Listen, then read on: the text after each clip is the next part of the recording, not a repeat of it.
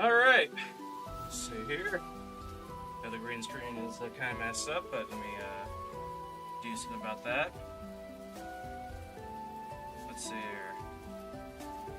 Just gonna make sure that everything's all good to go. Oh, that's fine. The light got turned. There we go. Here, back there, whatever. Okay. Turn that up. Let me do one thing real fast. There. Sweet. Sweet. What's up, Ace of Hearts? So yeah, let me go ahead and make sure that our stuff is good to go. Turn that off. Go ahead and do this. It's kind of weird.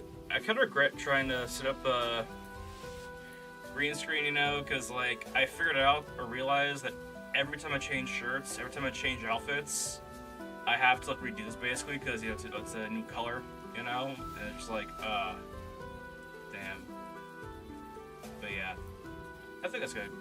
Some guy on the stream sent us to. Should they get there when it's up? Nice. I saw that. I had no idea how to redeem it, so I did nothing about it.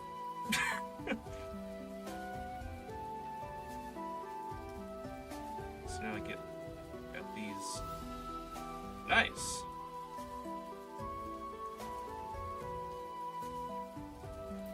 Yeah, I saw that. I got one. I'm like, oh, nice. I have no idea. I guess I just give it to him. I don't know. I didn't give it to him. But you know, let me go off and send off the links real fast. It'll take like 2 seconds. Bam.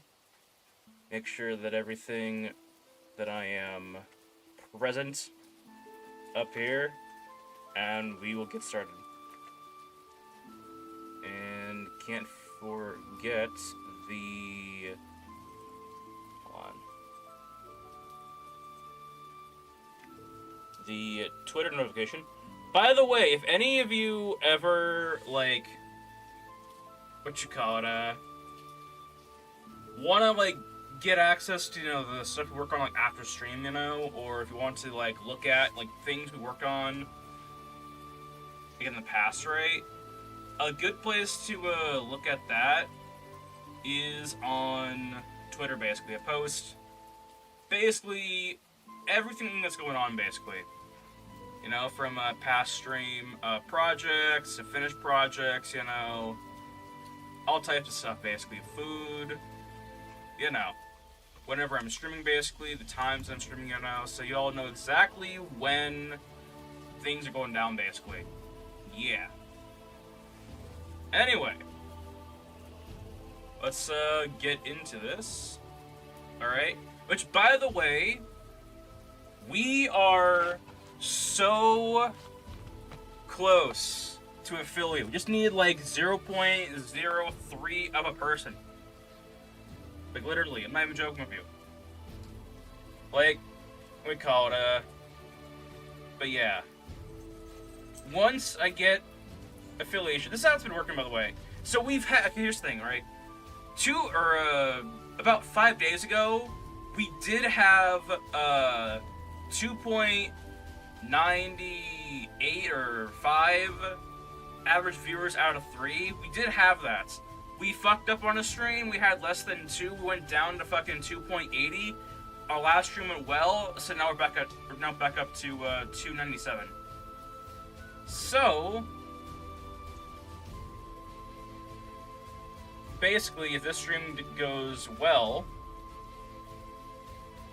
we'll get affiliation by possibly tomorrow or the next day, whenever the hell Twitch wants to send me the email to, you know, get that set up, basically.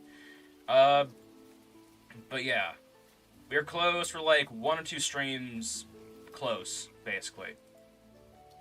Like, you know. We're 1 or 2 streams away from it. But yeah.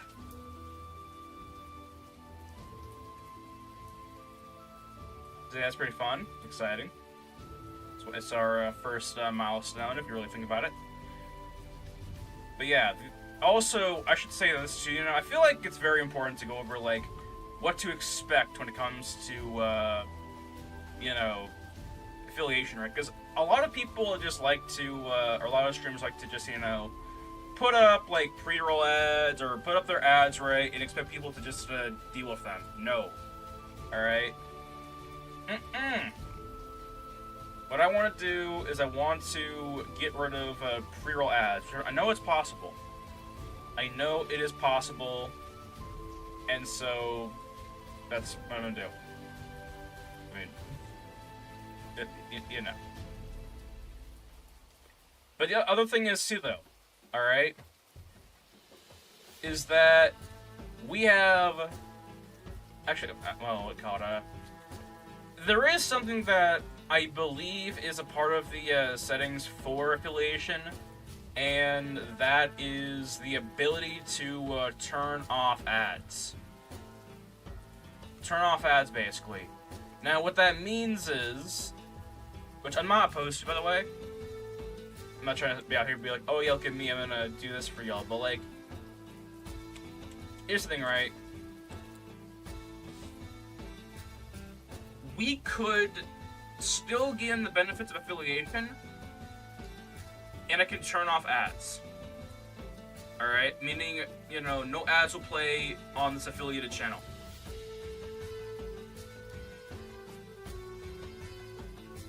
I think that's an option. And I saw an option that says turn off ads, and I'm like, oh yeah, cool, let's just do that. Let's just do that one. And,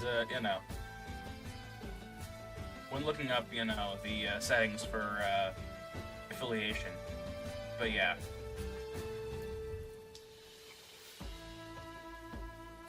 Because the way I've been looking at it, basically, there are 3 options when it comes to affiliation.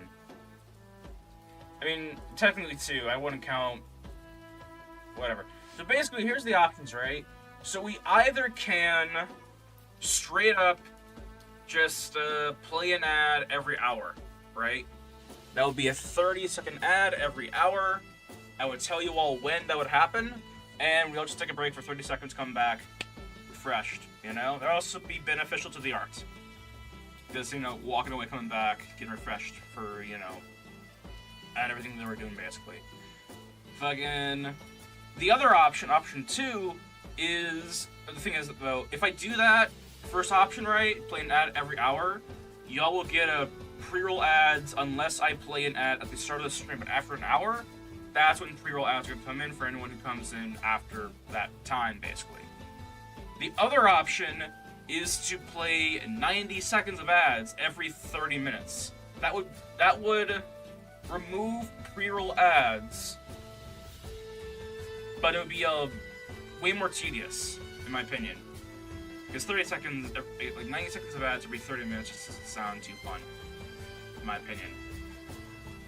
The third option is to just completely turn off ads altogether. Turn off ads, and we get our emotes and whatnot, everything else, right? Polls, everything, Which I don't mind doing. Because here's the thing, right? It's not about money. This is never about money. It's about making a good game, right? And we call it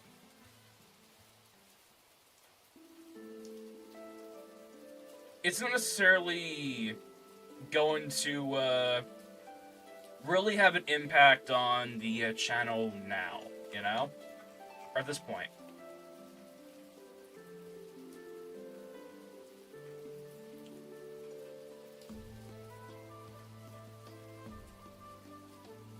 But yeah.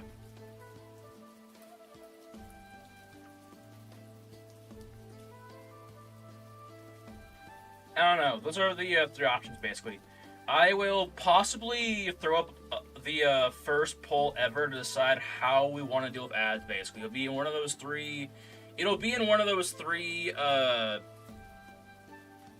those three options basically. It's either we play an ad every hour, we play a 30-second ad every hour, but we get pre-rolls. We play 90 seconds of ads every 30 minutes, but we don't get pre-rolls, or we just turn it off altogether basically.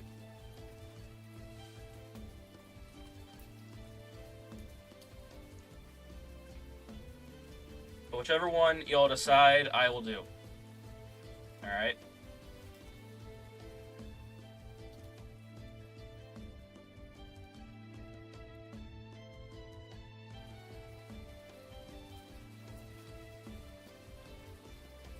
Yeah.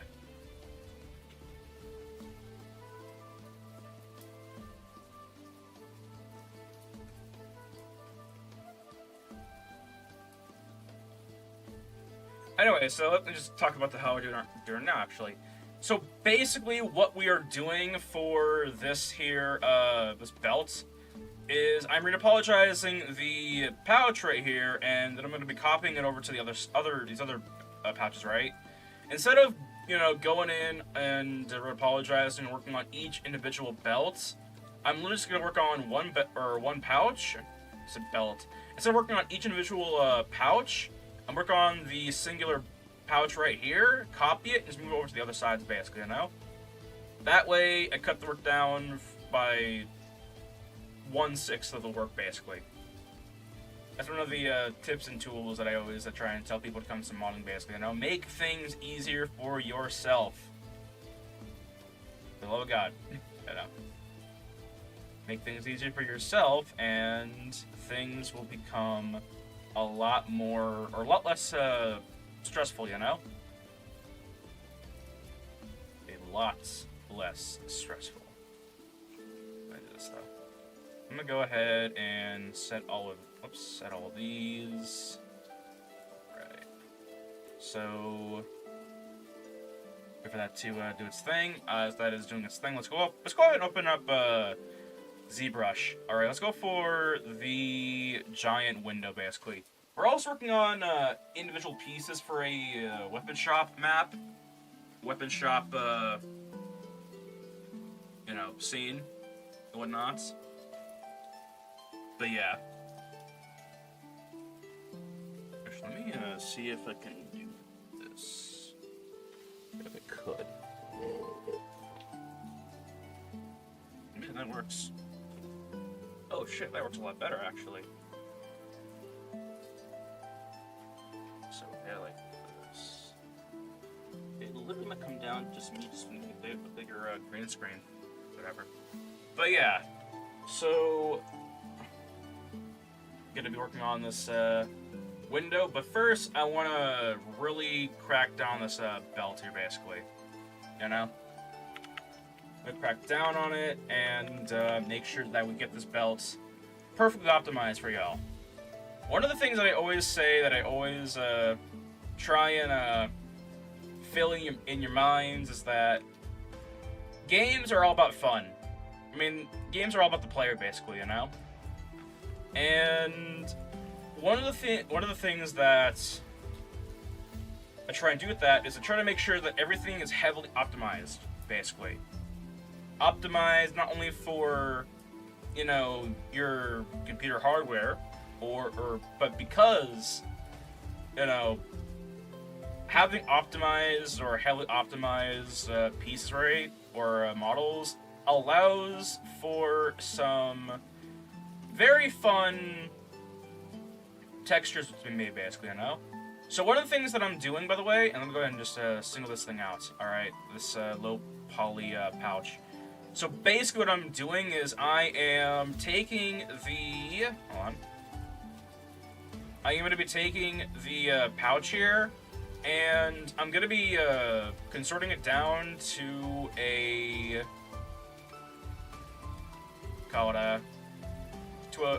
basically a low poly, but also inside of this low poly, basically, it's going to have a lot of textures, or a lot of, what do you call it, it's going to be having a lot of pixel diversity, basically, or density, I should say. When it comes to a UV map, by the way, or UV or textures basically, essentially every pixel, every little speck on this grid right here, that is basically a 496 by 400 or 4096 by 4096 pixel radius, basically, kind of like a canvas on Photoshop, right? Therefore, the larger your shells are for your model, the more pixels that particular model will get, basically. A particular model will get. And this pouch right here has the chance of becoming an individual mesh, an individual thing. So, what do we have to do? We have to make this pouch both acceptable for, we call it, for on-player character models and on its own, basically. Because guess what? There are shops in this game. You can buy stuff, alright? Wouldn't be too far-fetched to buy a pouch. But, you know. But yeah. Let's see here. So I'm gonna go ahead and do this. The whole idea, it's like a giant ass puzzle, basically. I know it's, all I have to do is just fit it in just right, and we are golden.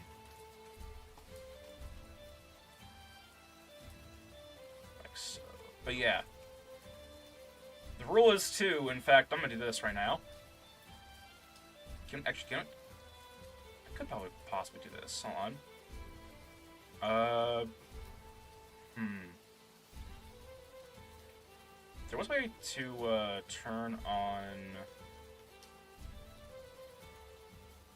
one of these here. Hold on. Alright. I have an idea. Alright, so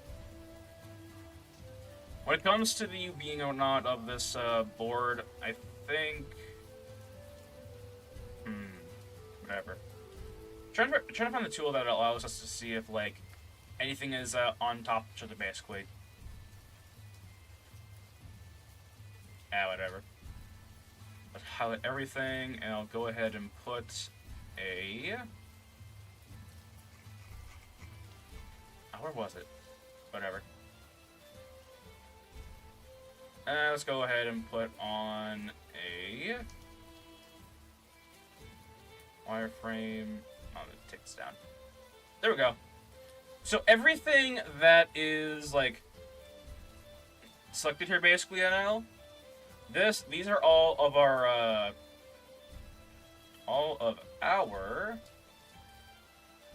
UV shells. And now, if I go ahead and turn on UV distortion right, this allows us to see how exactly the UVs are distorted, basically. Now, if we have like a vertex here, like going wonky right, this will tell us how distorted it is, basically, based on how blue it is. So, if there's any distortion in our mesh, it will be blue and go red, basically, you know? Like, this is, you know, a good checker for those of you who want to use UVs, basically, you know? And because it's all white, it's all right. That's the code. If it's all white, guess what? It's all right. You did it. Congratulations. But yeah, let's see here. Let's go ahead and toggle some of these things here. But yeah, so if I go into this though, I go ahead and just start putting this in, basically. It's kind of like a jigsaw puzzle, but you're the one who's putting it together, basically. It's not okay if it's all white, it's all right. That's real. Fine, I'll change it. If it's all blue... Oh, wait, no, it is blue. If it's all... God. I'm gonna get canceled one day. Alright, prepare for that. Just prepare for that, alright?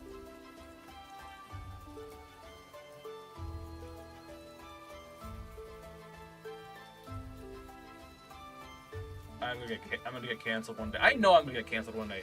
Maybe not for like, if I get canceled one day, it's probably gonna be for like something absolutely unintentional, right? But like, you know, someone out there's gonna be like, he's racist. He knew what he was saying. I could tell. Or some shit, you know, fucking Dark Knight shit. I could tell. He meant those words that he spoke that day. It made me screech. It made me cry. I wasn't alright.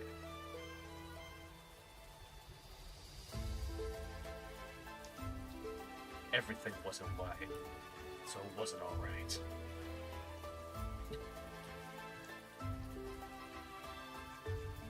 But yeah. Okay, let me do this though. So basically the whole idea is to try and fit it in the box as tight as possible, basically. As tight as humanly possible. But yeah. Which, to be fair, I mean, right here, these are taking up a large portion of pixels, basically, you know, so I'm not too worried about it, honestly. Like, right here, this is all pretty damn good, in my opinion. We're gonna have a little bit of a lip over here, but I think we can possibly use that to our advantage. If you ever like mastered those puzzle games basically on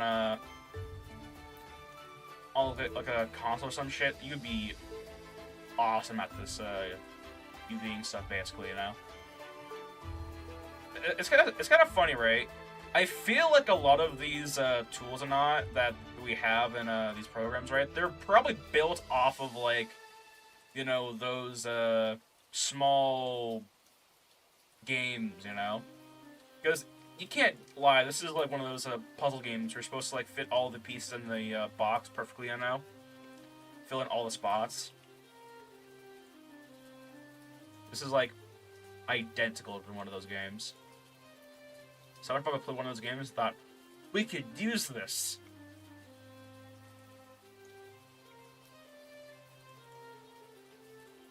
I have an idea. Let's see here. But yeah, it's all about those. It's all about the placement of where everything goes, basically. Also, if you want to like help yourself out when it comes to UVing, basically, make sure everything is aligned, basically. You know, like when I go down and I texture these. Actually, let me see here.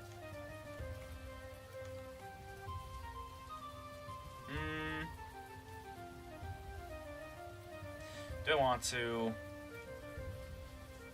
Yeah, I do. I want to. Alright. I think what I'm gonna do, honestly... Can I, bind those together, please? Yes, I can. Yes, I can. Okay, and... I'll go ahead and bind this over here.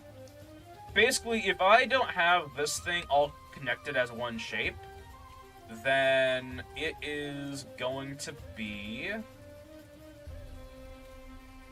really hard to texture, basically, I know. Because everything that is, you know, everything that is on here as a texture and whatnot, you know, is going to be broken up amongst those 3 points, basically, which is not good. Alright, that means we have to do, or have on more fill layers, and although that's not the end of the world, to have more layers still ain't a good idea, because you know, more layers means you gotta have like more, or even more fucking what was it, more layers means more bigger file size, basically. also can have the program be slowed down, basically. Which is also another thing, too, you know?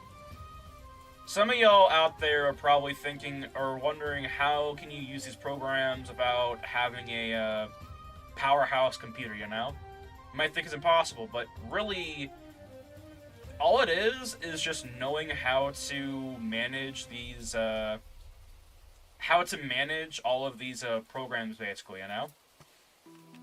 Like, I know for a fact, I mean, one thing that we all could agree on that makes a program slow is having way too much shit going on, basically. Having way too much shit going on. And one of the things that you can use to prevent that is you can go ahead and not fuck yourself over. That's a good port. That's a good tip. Don't fuck yourself over. But yeah. So over here, right? This is the UV board of this wooden plank, right? If we have it like this, right? We have it all individually spread out or whatnot, right? We get these awkward lines, right? Now, how would we fix these lines if we didn't want to go back into Maya and fix those UVs? We would have to use extra fill layers. Extra fill layers means that the program has to calculate more shit. More shit, slower program, easier crashing. So how do you fix this? You make the least amount of pieces on your model as possible. Less UV shells to calculate, less shit the program has to do it, basically. Simple as that. Same for Blender too. Alright, if your Blender's crashing, it's likely because you have a lot of shit going on.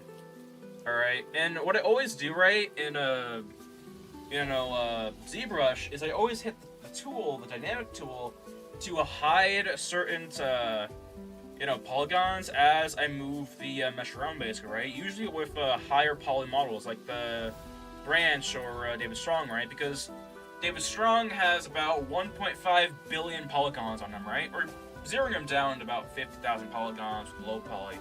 But if I want to move the camera around in ZBrush, the computer would have to, handle all of those polygons being rotated, basically. It'd have to translate everything. All 1.5 billion polygons. And not one of us has a computer who can handle that, basically. If my computer can't handle that, your computer can't handle that either, basically. So what you have to do is you have to do things to, lower that intensity.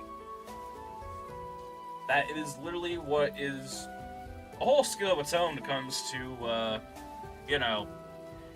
working in these programs, right? Especially with if you have, like, a weaker computer, basically, And some people think that if you have a weaker computer, that's the end-all be-all, of like, oh, I can't model because my computer doesn't work. No!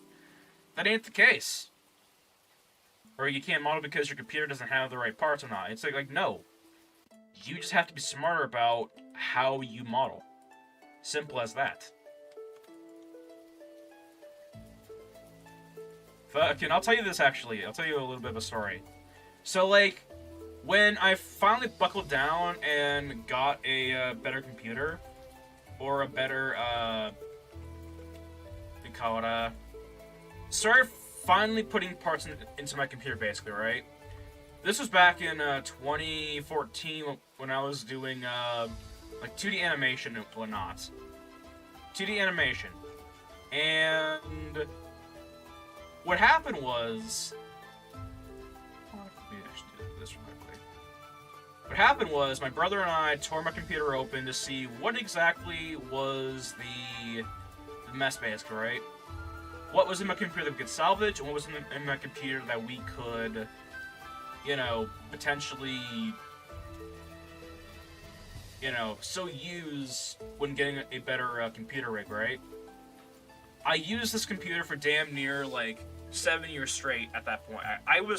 I've been on computers since I was about, like, 9 years old, basically, right? So I had that computer for about 5 years or so, and I was doing animation. I was playing games like Gmod, Far Cry, Dead Rising 3, and I was doing animation through called Autodesk Sketchbook, Filmora, and some other programs that are free to, working right. We tore that bitch open, and there was quite literally, there was no graphics card. No graphics card. The CPU was shit, no graphics card. Right? So this computer was like literally running off like almost damn near nothing. And I was still able to pull out some shit. To pull off some amazing ass shit, I think. It's not about your computer, despite what you think. I mean, it can allow you to be more reckless, of course. Be more reckless and, be improper when it comes to your models, but like, or your creations, right? But at the end of the day, it is all on you. It is all on you. Like, I know for a fact that my computer can't handle all of those polygons, right? So, I just simply minimize it. Your computer can't handle high poly. None of your computer, not even mine, can handle high poly models in games. So what do? We bring them down to a low poly. Like, the whole idea of game design is to literally make things that your computer, or that the masses of computers can handle, basically. That is the whole thing. And I'm saying this because, to kind of give everyone a little bit of a hope out there, when it comes to getting into game design or anything art-wise, right? It all comes down to, knowing your computer's limits, basically. Knowing its limits and adapting to it.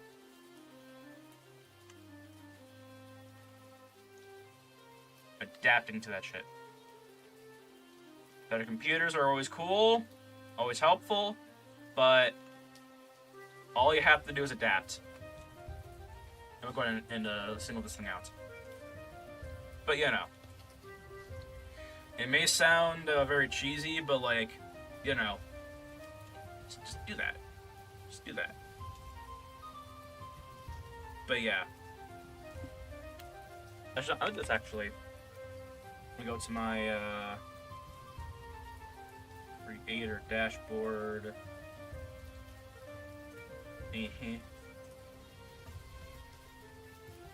God, I'm finally placing down markers for my stream. Alright, markers where I can go back and edit those videos for YouTube shorts and whatnot. Which, by the way, I'm working on a video for Escape Factory, basically. The game that Fantastic Studios is working on. And I know it's like, those guys, but last stream we tried their game out. It was okay. I mean, it wasn't the best by any means, but it was okay. Alright. And we call it oh shit, the fuck am I doing actually? Hold on. Oh yeah, do this. Why the hell am I doing that? I am dumb. I am dumb. What's up? My name is dumb. Alright. I could just do this, and it'll be 10 times easier. Instead of fucking trying to move this along. Actually, let me do this real quickly. Okay, hold on. Hold on. I can literally just move the high poly and the low poly here, and just kind of bind it with these other pouches. But anyway, so we call it alright, cool. Whatever. So basically, we were trying out Escape Factory and whatnot, and it was a fun game. It was a fun game. It's almost scary how fun it was, honestly. Because I don't want to trust the company. I don't want to. But a part of me is like, yeah, I had fun playing that game. I gave it a 2.5 out of 5. Alright. And it was an enjoyable experience. But I can't help but feel that the game is possibly a sham. you know? Like, I have that bitter feel that, like, this is just not going to work out, you know? And that is what I feel. But yeah.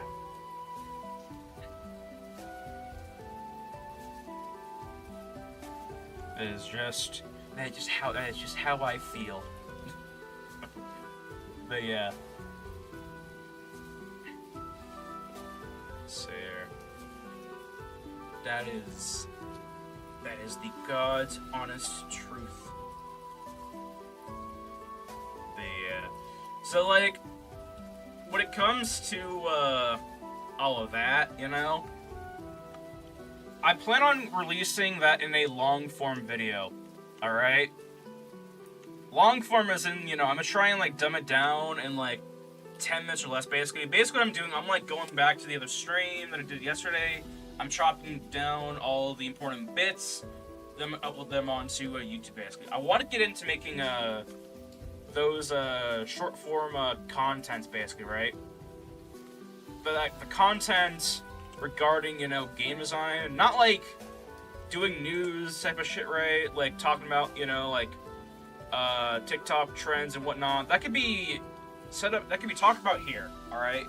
I don't mind going over dumbass TikTok trends, right? And talking about what makes them dumb and why we're falling as a society, alright? But, you know, for that channel, the 3D Sandwich channel, I want to go over, like, things that I find interesting, and things that I kind of want you all to bring into attention when it comes to, you know, the game design, right? Like, fucking, for example, it's like, why do, basically, it's like going over, topics, right, that I want to make videos on, basically, you know? It's like, why do some indie games outsell AAA title games, right? Or it's like, how much do game engines actually cost to use? Because I don't think people realize or take into account about, you know, what exactly the cuts are when it comes to making a game. Because here's the thing, right? Let me give you a sneak peek, right? So, it's common nowadays to really to really understand that Steam is going to take 30% of your ass, alright? Steam wants to take away... Steam wants to take away approximately 30% of all sales, basically. That goes to Steam, right? They want 30% of your ass. Your assets. Yeah. But here's the thing, right? People think that is the only thing that they're giving away on, or they have to take away on the price tag, right? No! So if they're using Unreal Engine, right? I'm gonna call this Unreal. They have to give up or fork over 5%. If they're using Unity, United, they have to get rid of 12%. Right? So pick your poison. Pick your fucking poison. And not just that, okay? You also have to give away about 10 to 15% to your investors. I'm shocked.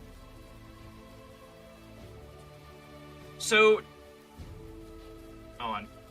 Looks like a fucking, play it out. There we go.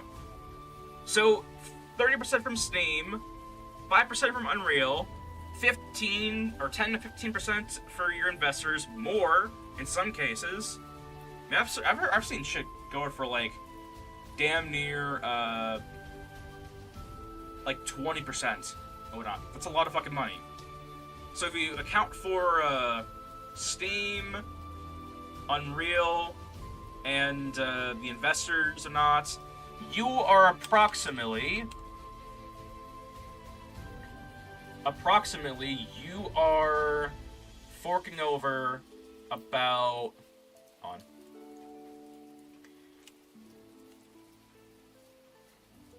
you're forking over anywhere from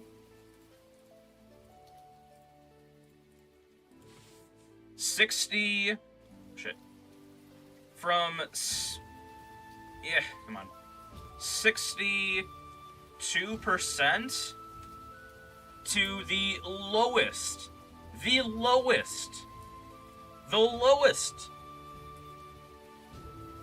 of about 45%. This is how much your game is going to be, your sales are going to be, cut if you go through Steam, Unreal, Unity, and you have investors funding the game, right? This is why AAA studios in games,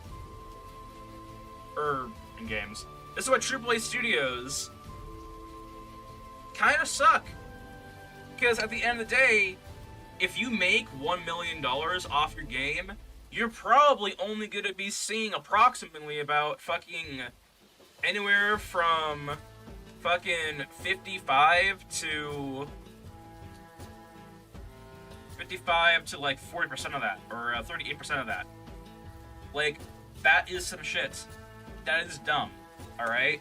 If you are a simple indie dev, right? Let's say you're an indie dev, and you're using Steam, right?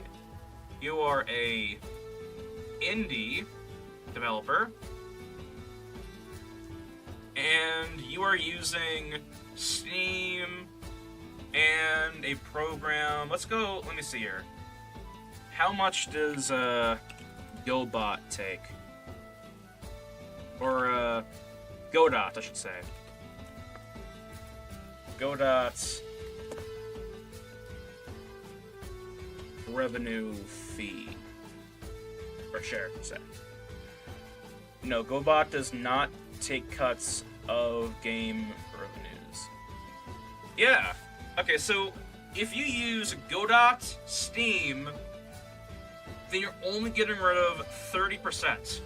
30% of all of your sales, right? But here's the catch, right? Here is one of the kickers, right?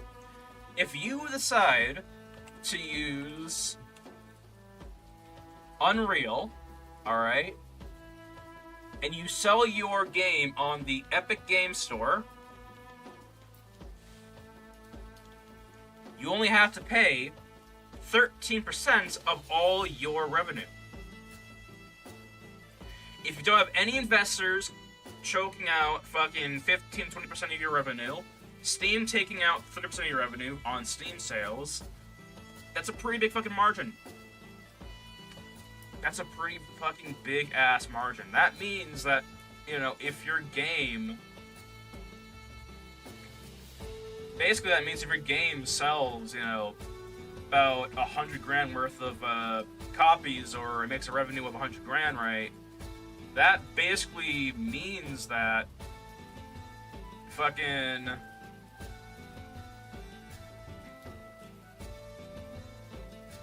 Let's see here.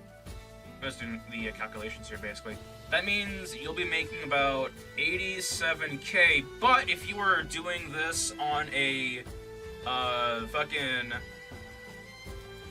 Actually, what's this actually? If you are making this game on Steam, right, and you make 100 grand, okay? Let's say you make a game on Steam and you make 100 grand off that game. Well, let's go ahead and take off 30% because of Steam, alright? That is 70 grand, 70k. Now I gotta take that 70k. Let's say you're using Unreal Engine because you wanted a cheaper engine, let's just say, right? Now I gotta take off 5%. Fucking, that is 65k. Now you have investor fees, alright? Let's say, just for a grand margin, right, or a broad spectrum, let's say they're taking about 10 to 20%, alright? Fucking...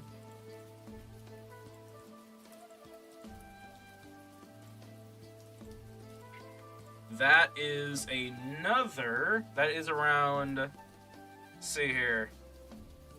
55. Actually, no. That would be 58 to a grand total. Actually, I should be putting 58 over here. To a grand total, a generous amount of 52. 52 to 80 or 52 to 55 grand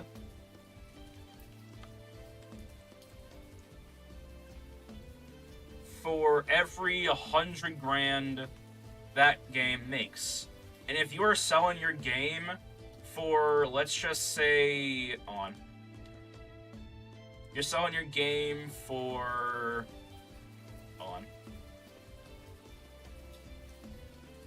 you're selling your game for approximately $5.99, alright? Fucking...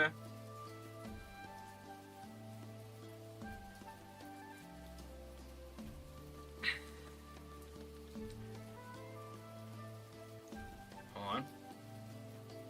That means that you must sell a grand total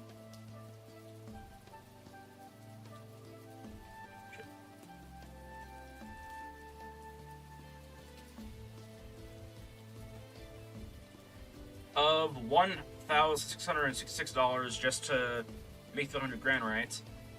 If your budget, let's just say, is about, let's say your budget is 200 million, like a lot of games are getting pumped out nowadays, right? 200 million. 200 milli, alright? And you have to pay back that investor money, right? This is coming from the investors. You're not making fucking $60 on every game, you're making a grand total of fucking 52 grand per fucking 100 grand made. Because of, all those cuts, right? Or I should say 56 grand. Or 65 grand, I should say, for the, not counting the investor fee, right? So, like, with that in mind, right? If we go ahead and take the price tag of $56 or $60 basically per game, which is absurd, by the way, it's very absurd of a price per game, right?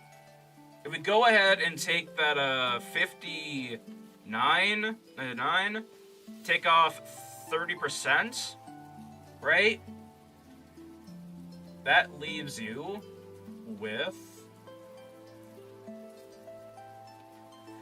about $41.99. Let's say you're using Unreal Engine to make your game, whatever. Then let's go ahead and take off another 5%.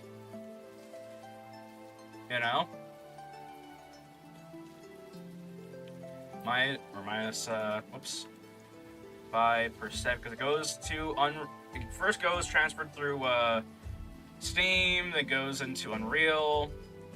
That would be the $39.89. So if you want to pay off that $200 million investment, all right, you must sell approximately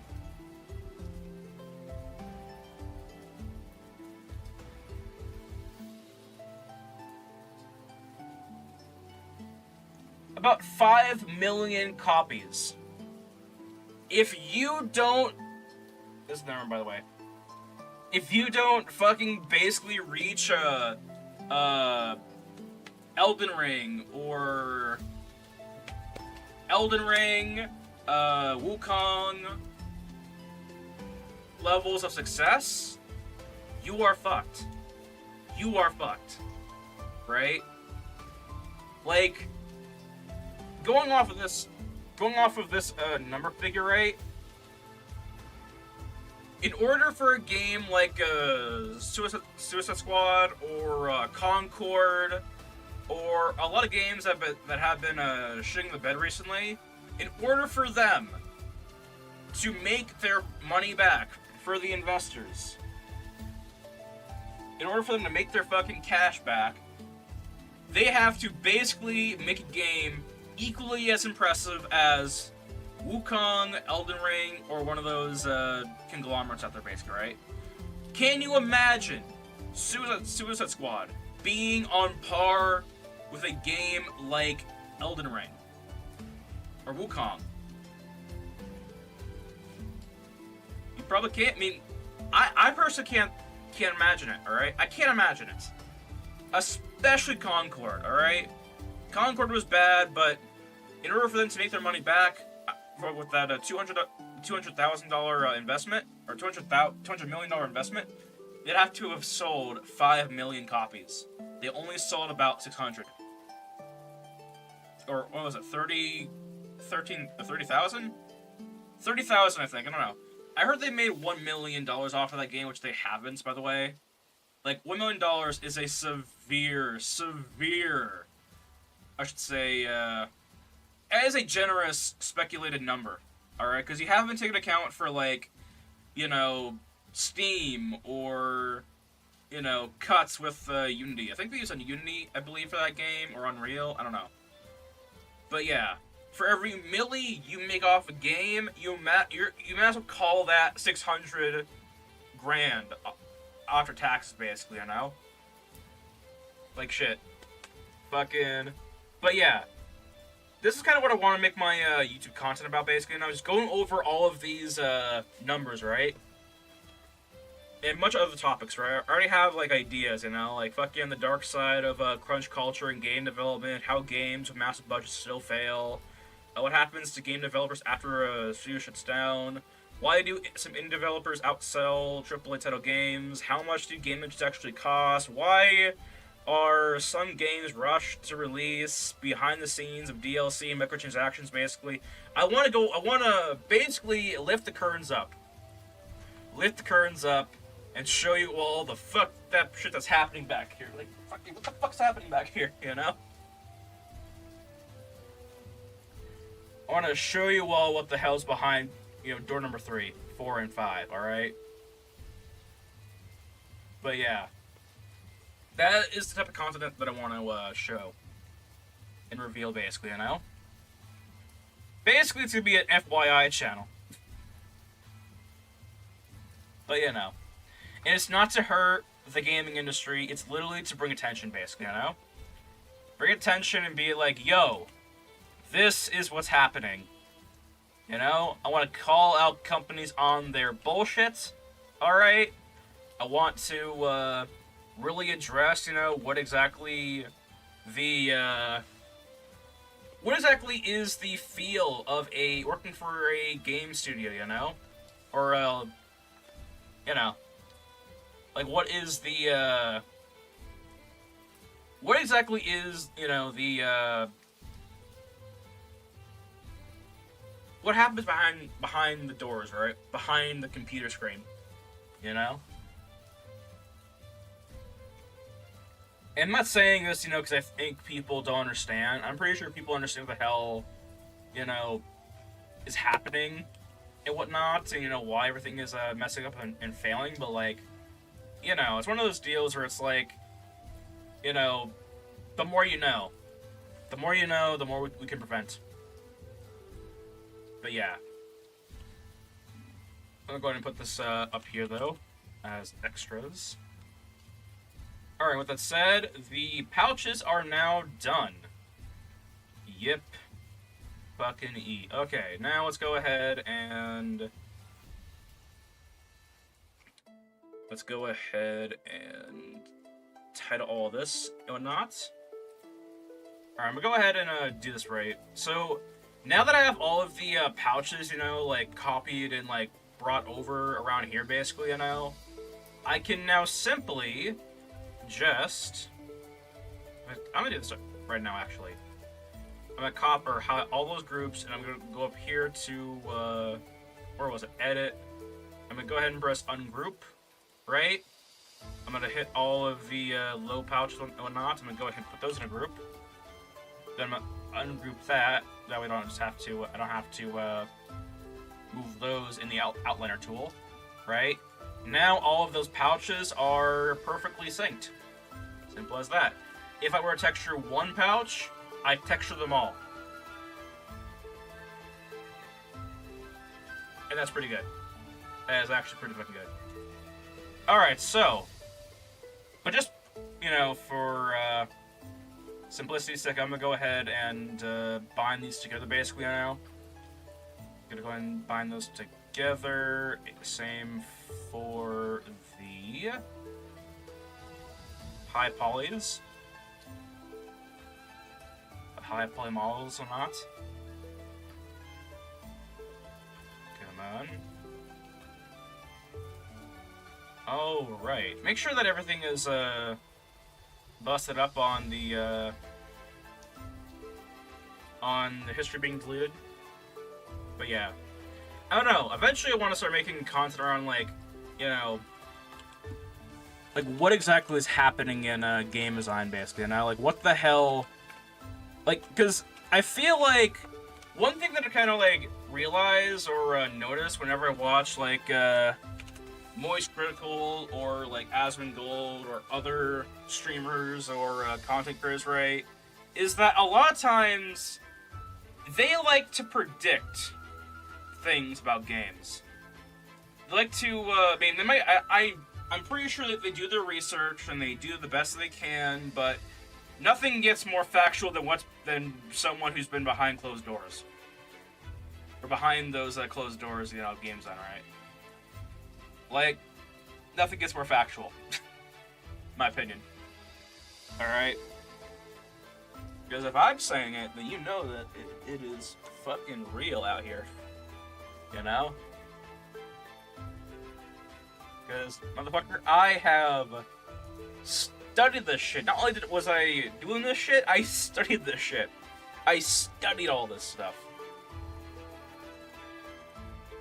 In college. From people who worked in the industry too, of course.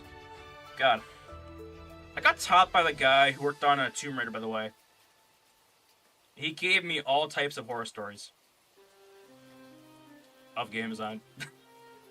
Ironically. But yeah. It's coming from me, you know it's true.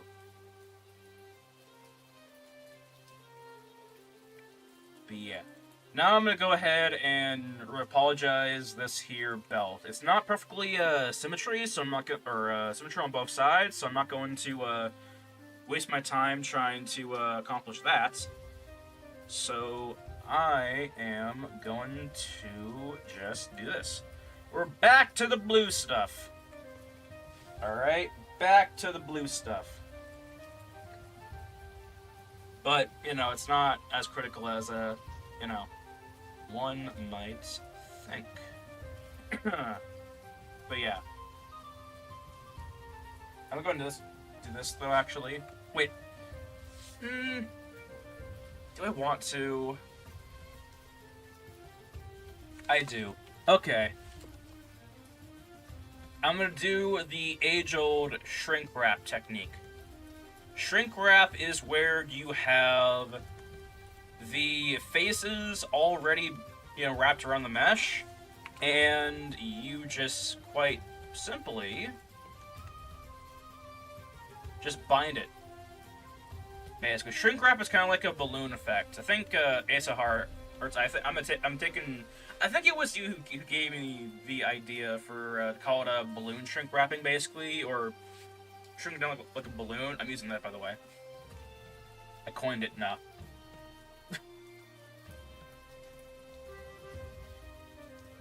But yeah, so I'm gonna go ahead and do this though. Basically, the trick is to keep within these loops, right? But to also wrap this around the belt best we can and whatnot.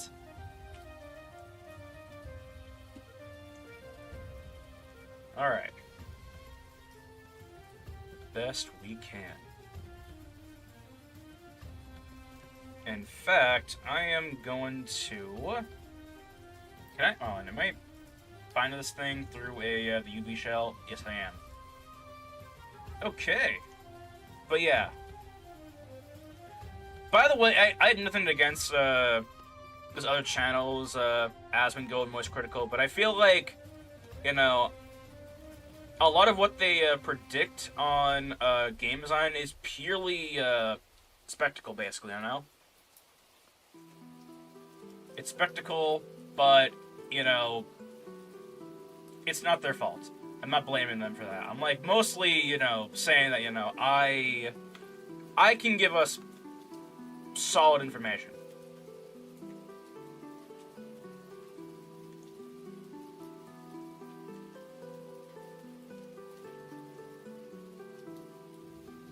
I can expose every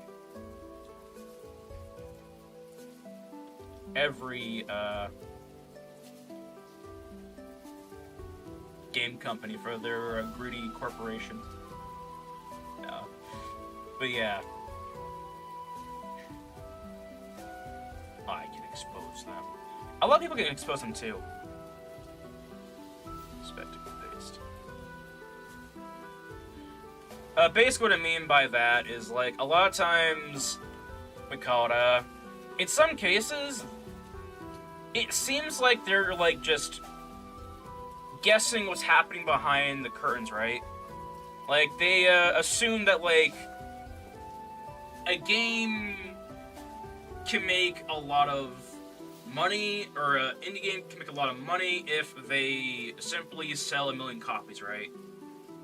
I think Moist Critical made a video a couple weeks ago on, you know, debunking that theory, honestly, by going off of someone's game, right, and, you know, looking into how much money they've actually made out of selling, like, a couple 100,000 copies, right?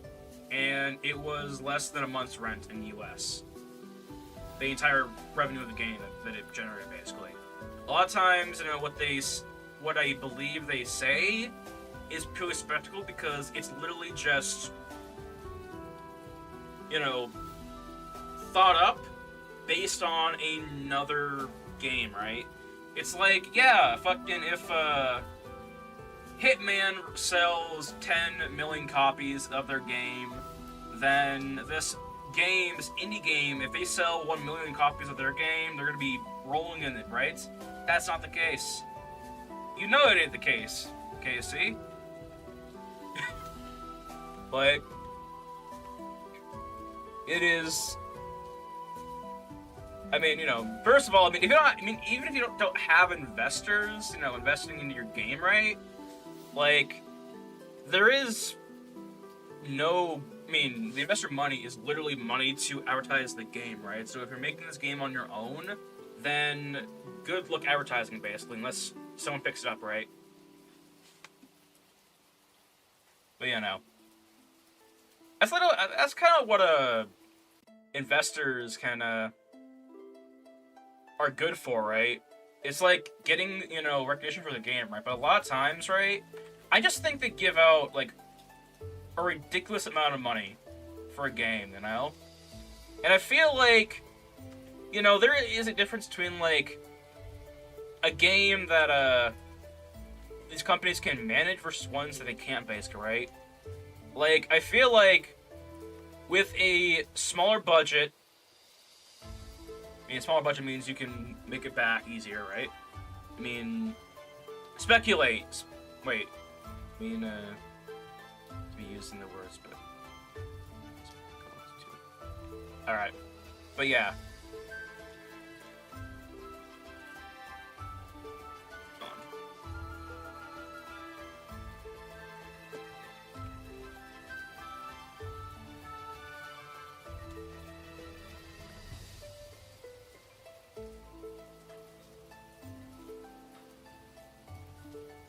Yeah, that's what it means. Speculation. The speculation is the act of forming an opinion or making a guess about something without having all the facts. For example, there is speculation that he will run for president again. Like, I mean, that's a pretty interesting example, but speculation. They go off of what they believe, which is, I'm not faulting them for that. I'm not saying they're bad for that, because everyone's gonna do it. I do it sometimes. When it comes to like film or whatever, right? Or other properties, right? And they're purely React channels. I mean, they're React channels, right? So people want to hear what they think about it, right? So that's cool. What I'm saying is, I can expose some shit. They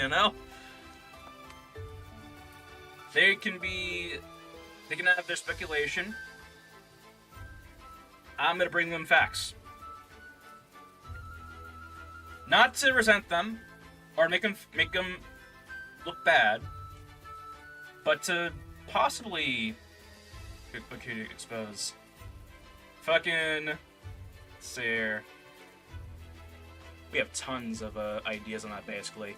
Fucking dark side of crunch culture, how games with a massive budget still fail, fucking why do some indie games outsell AAA titles, how much do game images actually cost to use, why are some games rushed to release, why are games that have such high fucking budgets still fucking fail when AAA titles, call it indie titles have been, kicking ass and whatnot. Behind the scenes of DLC and microtransactions, game development horror stories, what it's like to be in development hell. Like, development hell is in, going back and forth, or polishing a fucking turd, basically, which is kind of what Concord did. Why do some games become, vaporwave, basically? Then some, like, topics or opinions based on my own self, right? Based on, what I kind of want to talk about. Basically, like, let's see here. Why do games keep releasing the same game? Or why do game studios keep releasing the same game, basically? Like, Call of Duty, every game's the same game, FIFA, and the truth of that is just that it sells, someone's gonna buy it, right? You wouldn't do the same thing over again if it wouldn't sell, right? But yeah. It's kind of why a lot of companies keep on doing the same thing that they do, because, at the end of the day, it makes them money, everyone's happy. They're happy. But yeah.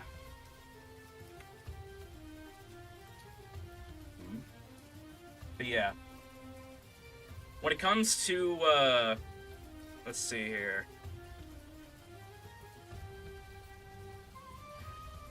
Getting games getting stuck in like development hell for years, right? Like, it's either because the game is just simply not being worked on, right? Or it's just, what do we call it? Other projects being put in play, fucking having to be put on hold, Sometimes it comes down to like improper team management, right? Or sometimes it comes down to fucking layoffs or other things of that sort, basically, right? Because you have studios like Nintendo, right, who keep on laying off like hundreds of thousands of people, right? Fucking, could you imagine working on a game with someone or a team, and all of a sudden, Nintendo or whoever is just like, or whatever company, right, is just like, well, Thanos snap, half the office disappears, right? Your buddy is working on some fine assets and whatnot, just gets transferred, right? Because here's the thing, right? Fucking nothing gets complicated or more complicated than when you have to work on someone else's assets, and they're not there to tell you how the fuck they did what the hell they did, right? I've had to deal with that in past, in like small groups, right? Where like I'd have to like pull up people's like models, work with them inside of Substance Painter, whatnot, or bring them into Maya, right? They would do some freaky shit with it, basically, right? Some freaky shit with the fucking UVs or whatever the hell, right? They'd have like improper names on the files, Substance Painter, right? Things that you would have like no idea, where everything's at, right? One time I opened up a project file for a, what was it? It was like a hospital wheelchair thingy, basically, right? And I was trying to fix the fucking textures, right? The person who made that file, or that Substance Painter file, literally had like no named layers, no grouped folders, you know, stating where everything's at, basically, or things of that nature, basically, you know? Like, a lot of times, and even in I'm not even just talking about, like, you know, studios, right? I'm talking about, like, ink devs, too. You know, sometimes, when it comes to, starting out and making your game, you need to understand that, you know, you have to be absolutely considerate and thoughtful. You know? Especially if working in a team. You know? Also taking constructive criticism, too, you know? Because a lot of studios, indie studios as well. I'm not just calling out like I'm not just gonna be calling out bigger heads, right? Like a lot of times, studios just don't listen to, you know, their audience or whatever, right? They quite literally, like, what's the word?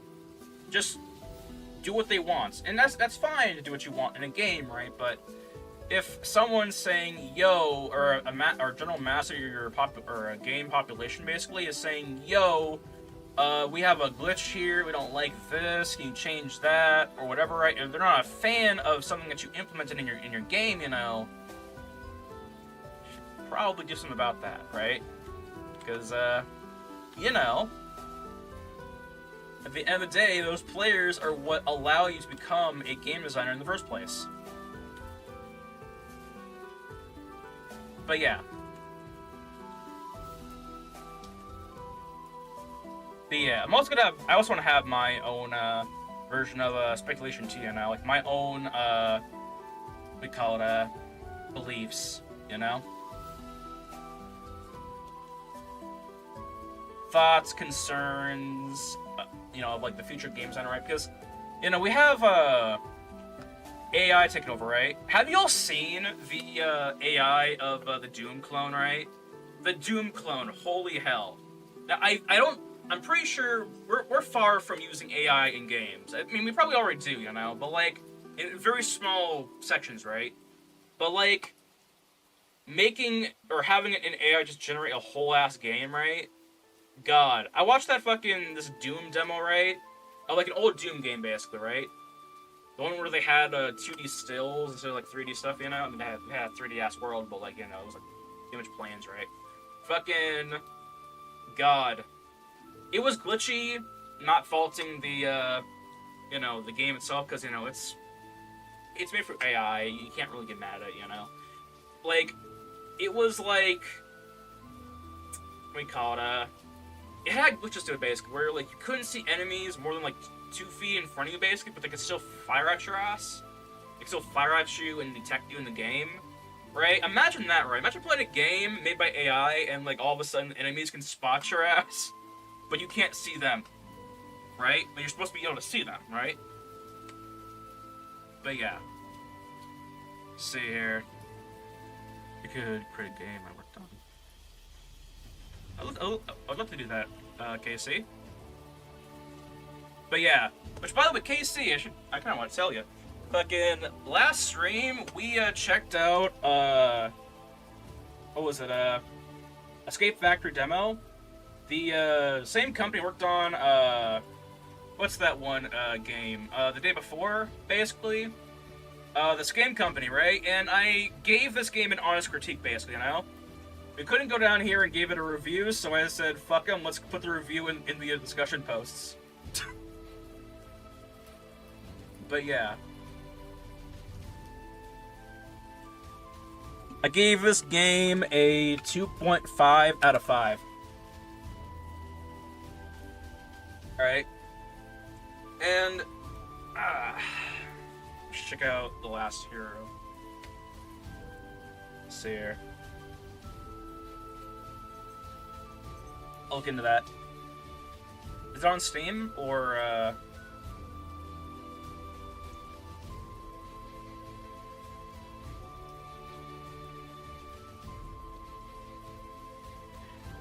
Oh, Is this a new one? Maybe it's a demo. Alright. I'll look at it.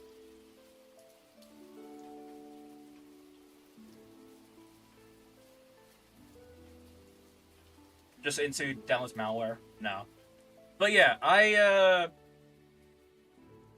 critiqued this game last stream, and I think one of the developers came on to the stream and asked me how I thought about the game, as I was kind of, I wasn't trying to, shit on the game. I was more or less trying to, just give out my, critique, go over the, pros and cons of, like, what exactly we have here, because,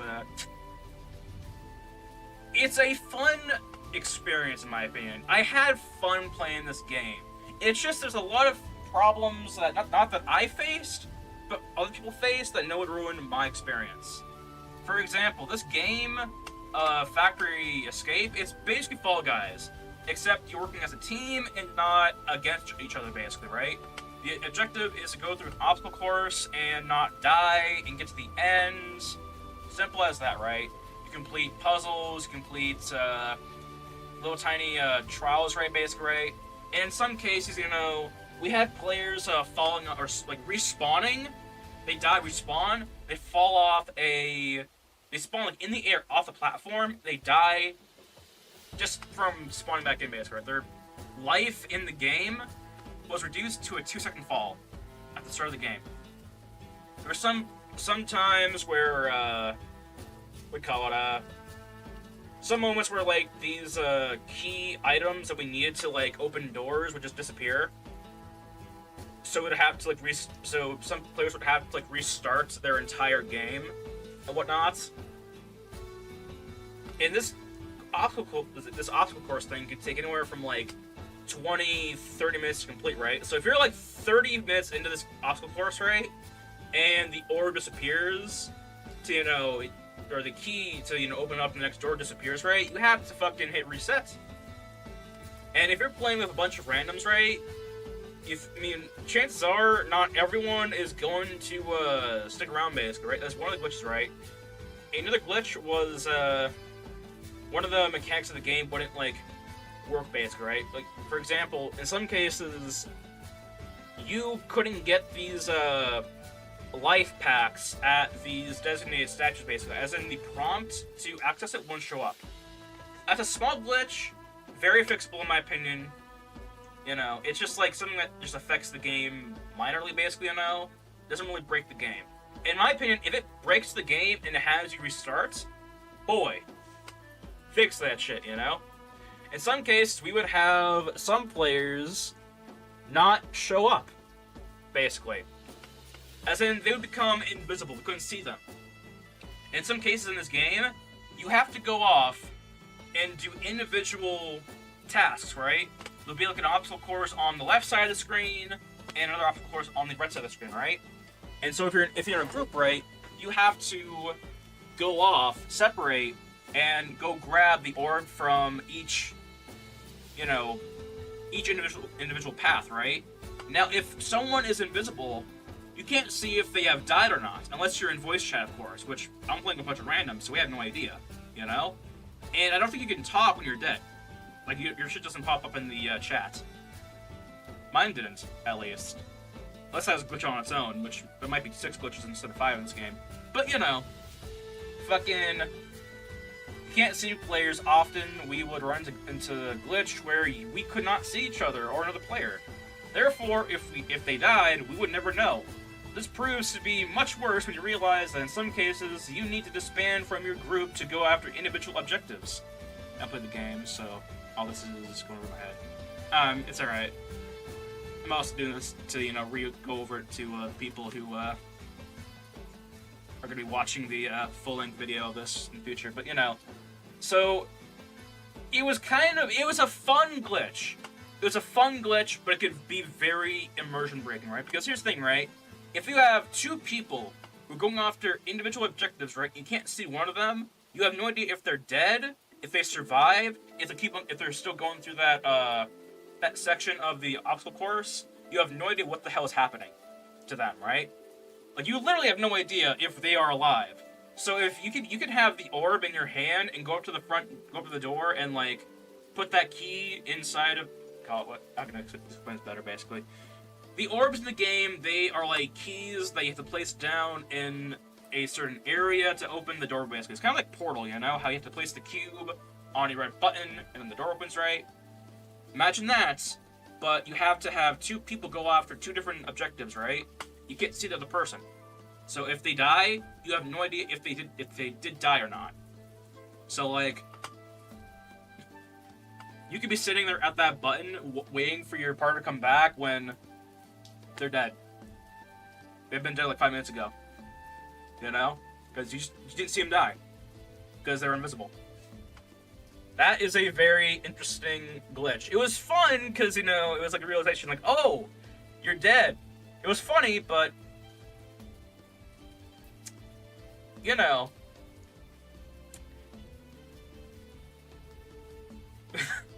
It was interesting, basically. Not to mention too, which I don't think this game is gonna succeed. The factory game, right? Because these fuckers, they want, and I'm gonna show you, because I think they're hiding it in a way. Whatever. So this is the game, right? They want a total of $15,000 for this game, right? Let me show you something, right? Let me show you what exactly they actually want for this game, because we figured it out.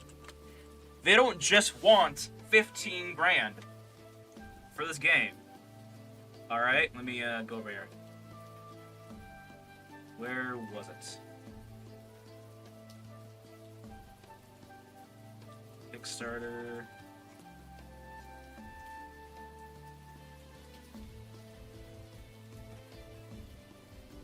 Oh, I need to,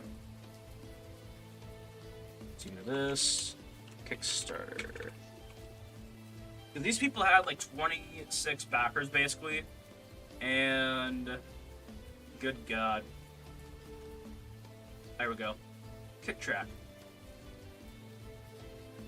These motherfuckers. If we look down here, right, you see that funding?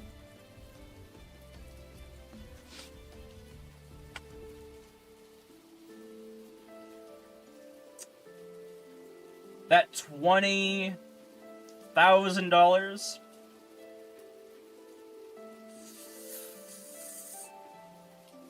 Ooh.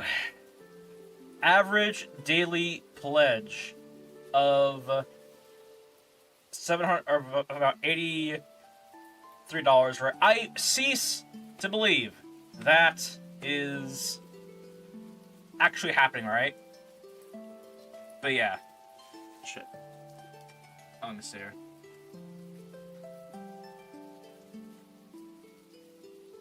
But yeah. Now I understand. Games cost money to make. It's whatever. I get it. However.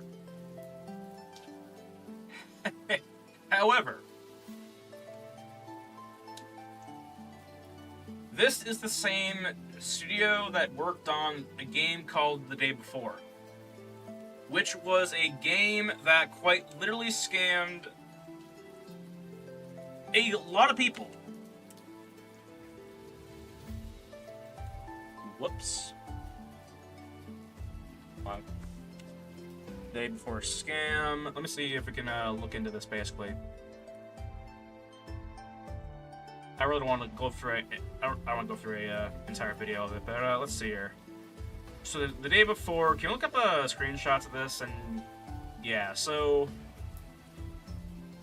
this is what the game was supposed to look like, right? This is what the game was supposed to look like. We're supposed to see this beautiful environment and whatnot. Actually, let me trailer versus gameplay. Oops. Let's watch a video. Alright, it's a little video. And I'm gonna show you what exactly we got. So maybe I can find a video that's not gonna be 8 hours long.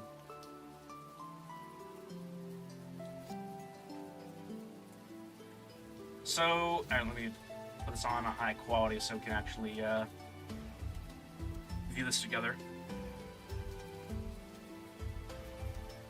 So this was the trailer. Hold on, yeah, turn this down a little bit. I think YouTube wants to kill me. Alright, so. This was the trailer. It was pretty cool. This looks absolutely fucking amazing. There's zombies, there's shooting going on. Looks like there's a problem in the circus, you know. And the lights, you know. You saw those flickering, right? It's Christmas. Goes in the elevator. He's safe now. Badass. He has an inventory. Looks like he can possibly craft stuff, of course. You know. You're gonna have to, you know, find ways to, you know, get a quiet spot so you can heal, you know, reload your ammo right. Like, it looks cool. There's a whole ass room of zombies right there. You know, he has to be careful. Has to be stealthy. You know, it looks fun. It looks great. But let's go to the actual what we got.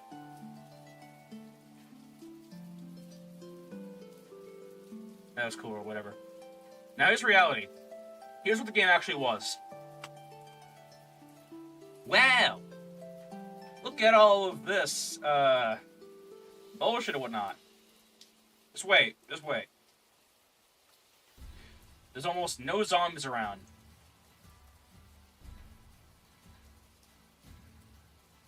This is the same building, by the way. Same building that guy in the trailer had, gone through. He got to the elevator pretty fast compared to the last guy.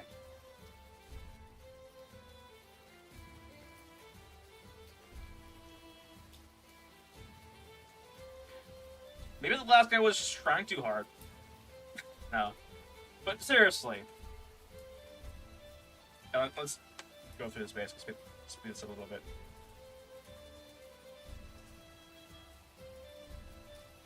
Yeah, there's like nothing here. I would love to, you know, go up to a random ass floor in a game and then realize how fucked I am because there's a ton of zombies up there, you know. I have to fight my way through it, you know, or die trying. That's fine. That's cool. You know, like, and the lighting too. Like, I am a sucker for lighting. This looks like fucking Batman, all right? I'm a sucker for good lighting. You know. That looks fucking badass, though. Look at that. On the trailer, I mean. Let's see if we can look up some glitches, basically. Or this video has any glitches involved.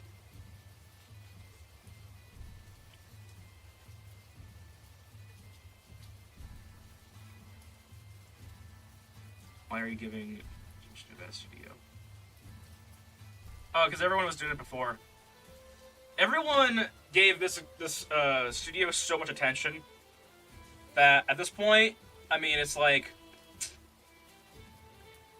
the masses are gonna absolutely dump this studio, basically.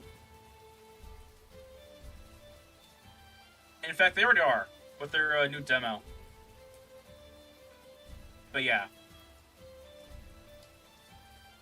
I don't know. The reason why I'm going over it, or you know, I've gone over it, is because, quite simply, you know, everyone knows about it, and if people are smart enough to not fall for it again, basically, you know? Oh, I think it's game. I didn't buy the game. Because, honestly, I was in college at the time, didn't really have time for playing games, but, like, you know. But me, I don't like scam companies. Right? And one of the reasons why I'm like bringing them up as well, which I feel like is what everyone else is bringing up or trying to do as well, is because of the fact that like these are a scam company who has been outed about 2-3 years ago, basically. However long ago the day before happened, right? And it's up to the internet to remind people of why we don't get involved with these people, basically. And through my review, I am quite literally just trying to fucking tell people what the hell they're in for, basically, you know? Like, these people are a scam company and whatnot. They want $20,000 for a new game, a new scam possibly. The last game didn't make enough money off us. They had to make a new scam. You know, just trying to make people aware. You know, because like, you know, in such a long amount of time, or short amount of time, I should say. You know, some people may have forgotten. Some people may not have known what the hell they'd done. Some people might fall for it, you know?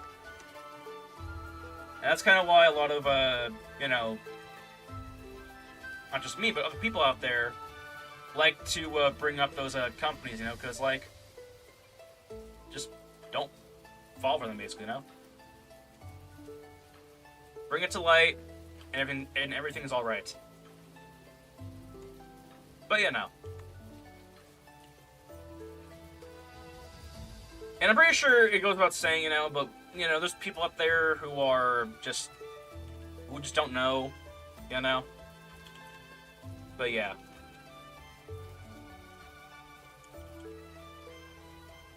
There's people out there who, need to be informed. Before they waste their money on this stuff, right? But, yeah. I just don't like when studios are shitty to their players. Alright? I don't like it. Alright?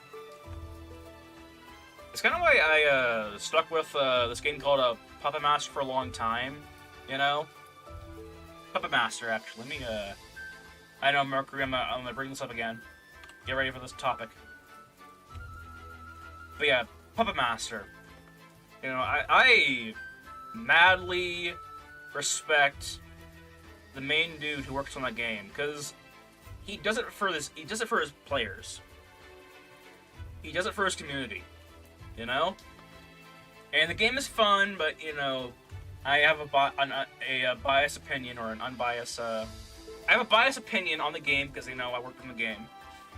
But the main guy who's working on the game, basically, you know, the head developer, basically, he actually cares about his players. He cares about his players in his community. You know?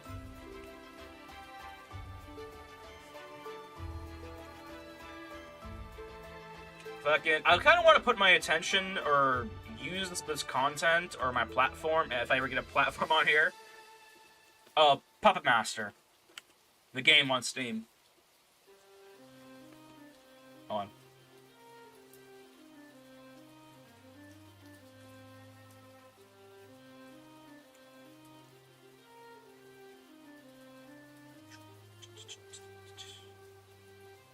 This one. But yeah. The person who works on this game, not gonna say his name, but you know, he is out of respect, you know. But like, he actually cares about his community. He updates the game, he makes, you know, new content for this free game. You know, it's meant to be enjoyed. And I love that. I respect that. And I kind of want to do the same thing, basically, you know? Just, like, make a game, and not make it for myself. Make it for my players. Or work on it for my players, right? That is what making a game is all about. It's not about money. It's not about fucking scamming the masses. It's not about making false promises. It's about making a community and making some amazing ass moments, right, with that game, and making sure everyone is having a good time playing that game as well. So at the end of the day, you play a game on your free time. You play your game to have enjoyment, right? To have an escape in a way. And, you know, how many players play Puppet Master? Let's see here.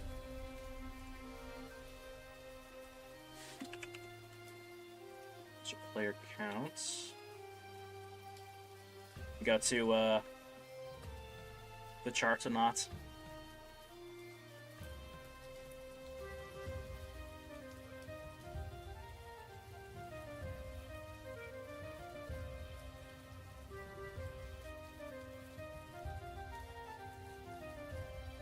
All-time peak is 350, but, you know, it's a fun game and whatnot.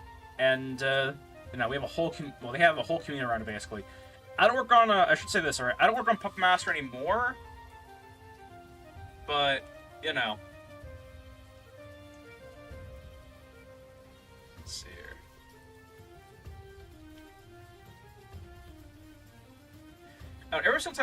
Every time we release it, or they release a new map, like we call it we get a massive spike in the player basically, or player base basically. I know, but you know, it's a fun game. It's very there's a lot to do in the game basically. Well, some games will like lock like perks and other stuff behind paywalls, right? This game doesn't. In the game, you play as a giant, I would say a giant roster of puppets, right? And your job is to kill a human player before they escape with some artifacts or do some sort of mission in the map, right? That is the entire objective, right? And every puppet plays differently. It's very balanced, in my opinion. You know, it is very much a fun time. And right now, they're working on a new map, a toy shop map, which is the last map that I worked on. Basically, I quit. I left work on this game I'm working on in front of y'all, like, what you call it, about, I want to say like a month ago, basically, or about 4 weeks ago. But yeah. Yeah. Let's see.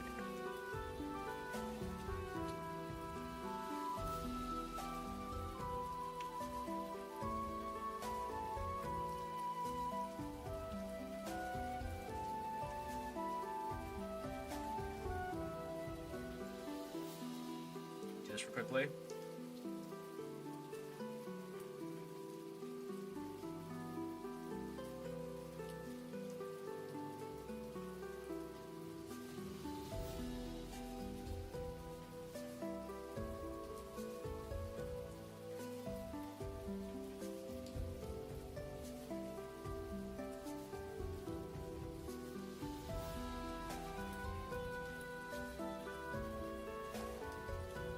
Yeah, we have, actually, let me do this real quickly. So if I go to here, now I'm playing an offline game right now, but we will basically see where do I want to go. Not Maya.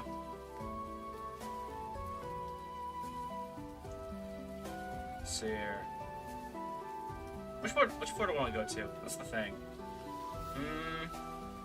Let's go to Rick's lab.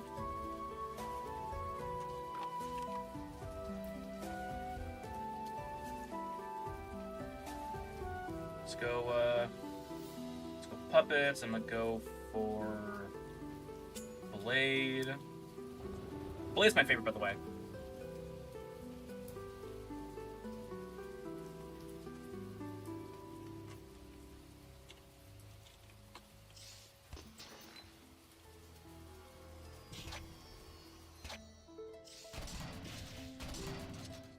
Alright.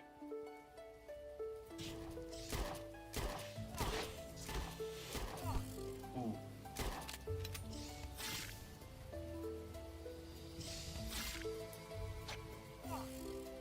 So basically, the objective is to, in this little tutorial, basically, which, by the way, this is supposed to like actually be the kind of like a demo for the game, basically. Shows you how to play the game, basically. You're supposed to find the human, learn how to. It's a Unity. The game engine is Unity, basically. But yeah. Alright. So that is, he dead. And whatnot.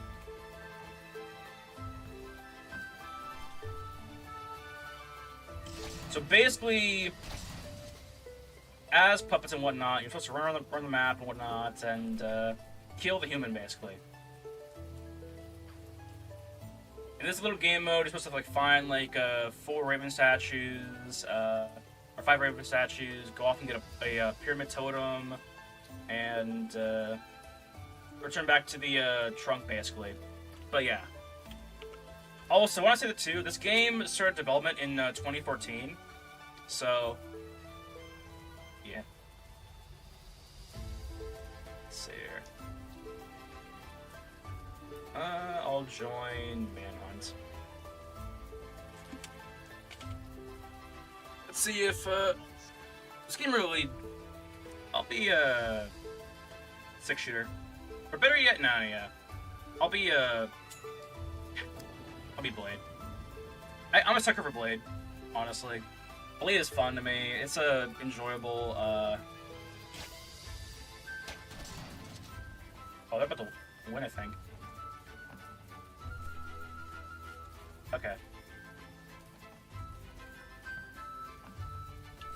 So humans can open doors faster than Oh, there we go.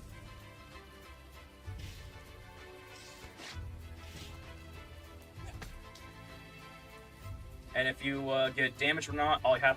Oh shit! You're healing me. Hey, we have some good teammates here, actually. Hell yeah! All right. Normally, I would say you would go around, grab some health kits and whatnot. Oh, he's in this room. Okay, let's gang up on him. Oh, he has my fucking MP40 that I made. Come on.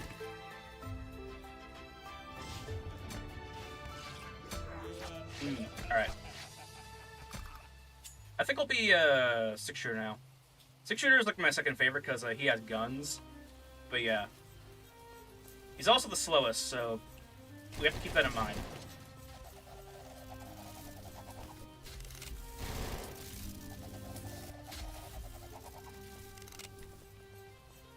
Motherfucker. So this is the perk of the vents, by the way. Like, if someone closes the damn door, it ain't too hard to just walk around. You know? It's kind of funny in my opinion. Like, instead of, like, just chasing after someone, if you learn the vent patterns right, you can easily, like, you know, we call it, navigate your way through, you know? So, in this game mode, we have to protect this statue. This statue right here, so I'm gonna place some rope right there that'll trap him. Alright? But yeah. Alright, so, let's see here.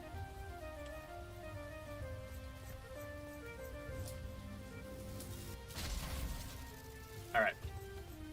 That's where someone died, so we're gonna take a wild guess that the person's over here. Around here. If that glowing thing over there starts shaking or not, that is when we know he's over there, basically. Which he's not right now, because it's not shaking, but, you know.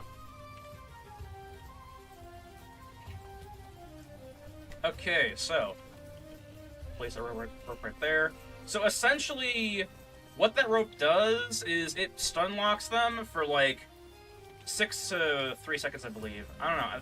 I can't remember what perks I have on this character, but I believe it's about 3-4 seconds. But yeah. Let's see here. Also, I picked the black clothing. Oh shit. Damn. I was admiring my fits. Alright, I'm gonna be Pinhead.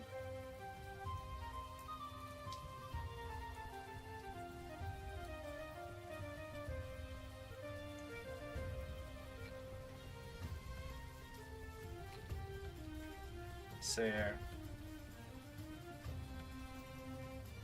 Yeah, if you have a really good player on the team or not, it gets really interesting.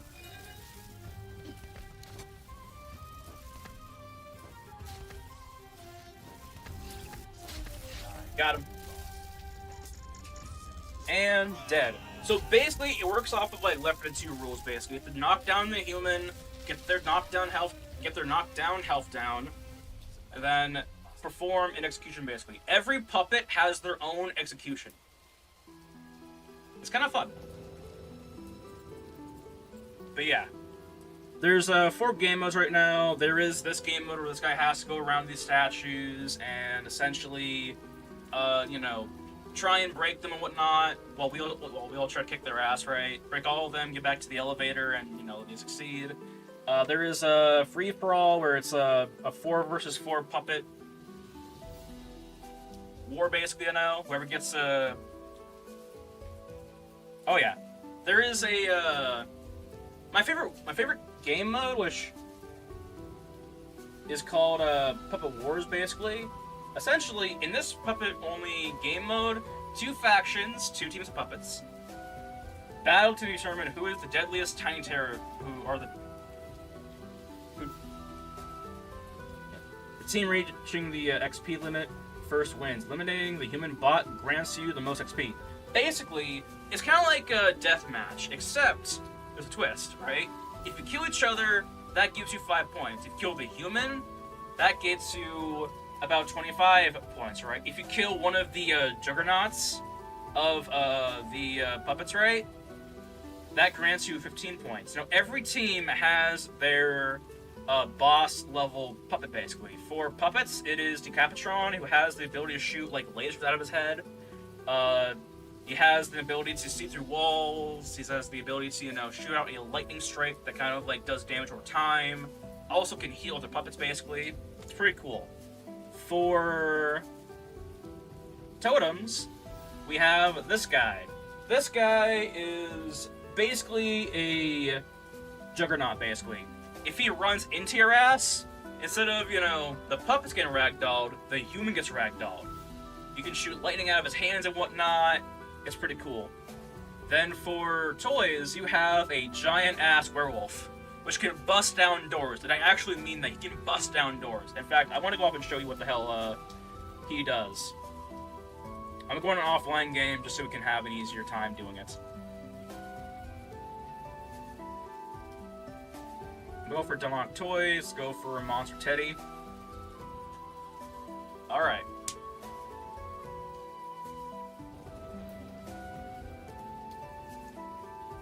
But yeah. Honestly, I feel like it's the filter this game has that makes the graphics look kind of weird, but like, at the end of the day, it's still pretty good. So as Monster Teddy, you have the ability to bust down doors. Like so. Which is pretty fun when you're trying to, you know, lock yourself in a room somewhere, trying to camp, or, you know, you're not suspecting it, right? So I'm gonna do this real quickly. I'm gonna go ahead and wait for the charge thing to recharge or cooldown to expire. Alright! Hi!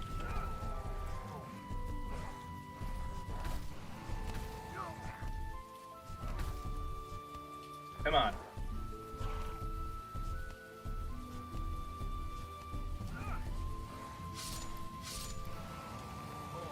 It's gonna be meant to be very gory. But yeah. Whoa!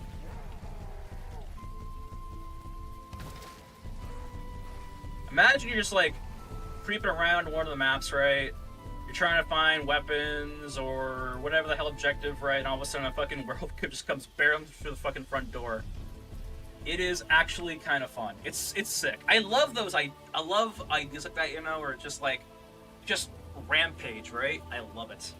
But yeah, that's the Puppet Master experience. But yeah. Let me actually go over this real quickly, because I can show you all what exactly I've done on Puppet Master. I have all my stuff uploaded onto ArtStation, but I do have a majority of it. Oh, let me just sign in to my account. Because I truly think the game, it's purely a filter and whatnot that makes the game look weird and whatnot. I like it because it has that comic book like feel to it, but you know.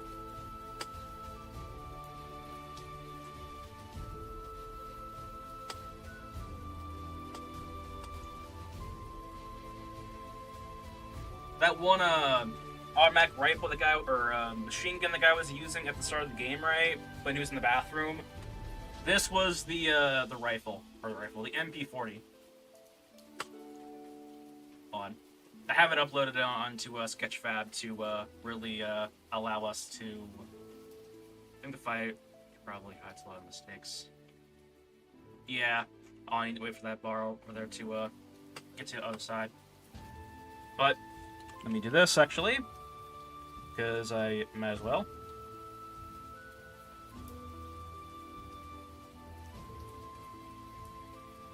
Let me do this.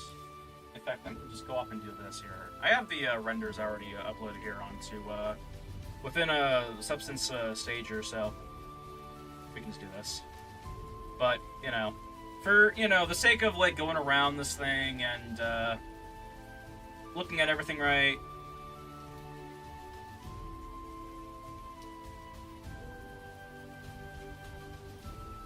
Yeah, go over the entire shtick basically. Look at these guns, to be honest, they're lumped. Yeah, I mean, we didn't think so. But yeah. Let's see. I don't know. Got into the game. It was fine. Look at that. But yeah. Also, we're very much limited on polygons and whatnot, so it's like, because the whole idea, of course, right, is like, you never know how many of these items are going to appear in one location, right? So it's like, you have to be very wise about that. So here, yeah, we have all of these and whatnot. This is for the new toy map, by the way. His eyes constantly follow your ass. I don't know. It's kind of funny. Every single time, the middle. Plastic.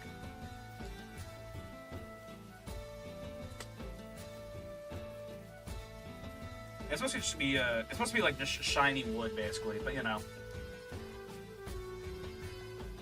don't know. We're adding it to the game.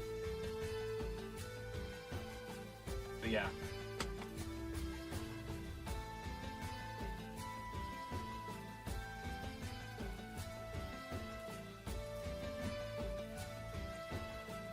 Here.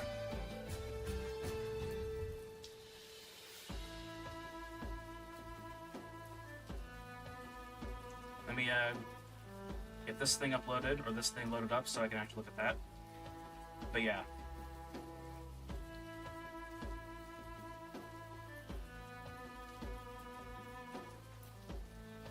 It's a German radio setup one night. It's actually this thing took a fuck ton of time to make.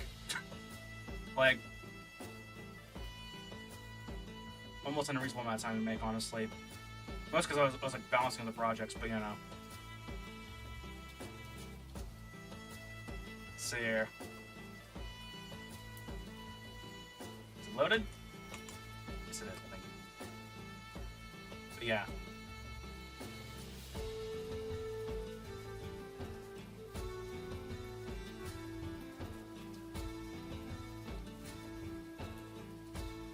I don't know, one of the things that we always kind of like go for, right, is like, instead of like, just plainly going over like, what you call it,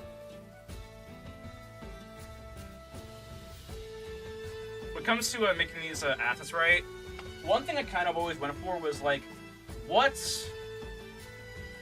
makes the player happy, Because that is what is most important, But yeah. I don't know. You know what's kind of funny too? Like, and I see this with other people too, honestly. It's kind of funny in my opinion. Like, no matter what someone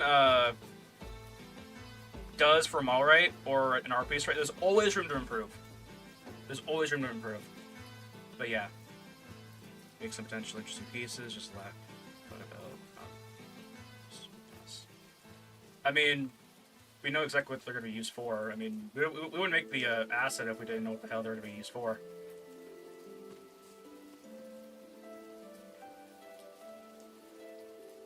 But yeah.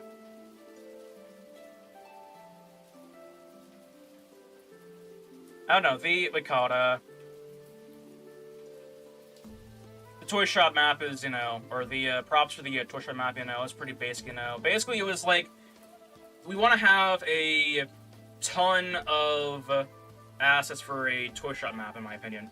Or for, well, in the game, or the head developer's opinion, basically, Because, basically, we're basing all these props off of a movie series from, called 1980, I believe.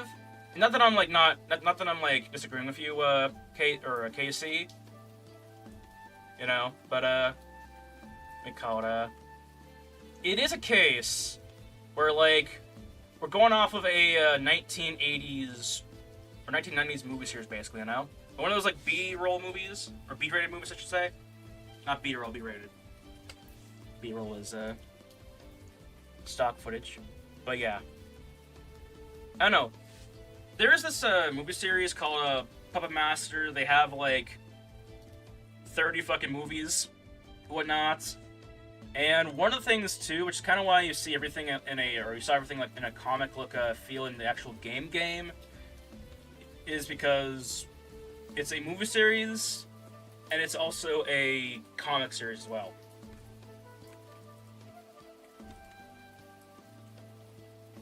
And also, fucking, I think the comic series was more favorited than, or more liked than the movie series. But But yeah. I don't know. Going off of, the actual comics and whatnot, the movies and not, Which, by the way, we're trying to, like, tie in, like, a bunch of movie series together, basically, Like, apart from Puppet Master, we also have this one... Or they also have this one movie series they're trying to incorporate called Demonic Toys, also by the same, feature, or the same studio who worked on Puppet Master, or film studio. But, so, I don't know. In our opinion, it's whatever the hell made or whatever the hell looked great. That was the ticket. But yeah. Why do all your props have mustaches?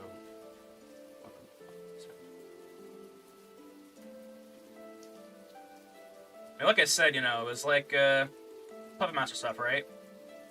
Or it was comic shop type stuff, right? In fact, hold on. Let's see here. So for a lot of the props, a lot of the skins in the game, right? We go off of a lot of what's that one thing called? Cell shading, basically. And that's a curvature, or smart material, right? And they get those cell shaders in based off of curvature, right? So how do you get curvature? You make curves as a high poly. But But yeah. Also, grunge. Grunge was a very big thing to add onto the props.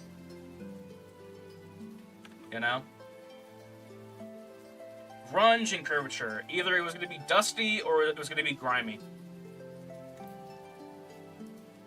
And honestly, I think it worked to the props' favor, in my opinion, honestly. Just because. But yeah. Also on here, this is like literally just, before I put on... Actually, let me do this quickly. Right here, these lips right here, or mustaches, right? This is all we call it normal map stuff, basically. If I go up here to, where is it?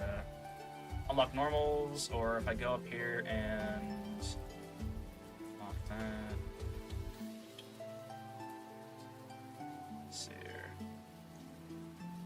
Blah. Do a SOP and whatnot.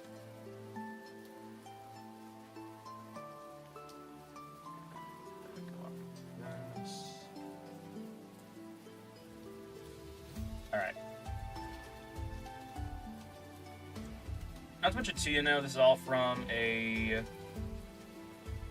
different map rate. So, and also this is a decimated version of the belts as well. So, as soon as I get the other high poly in, there'll be less lippage right here, basically. But this is where the curvature is going to be, by the way. Like, all of these black spots here, this is where I know curvature is going to be, you know, located, basically.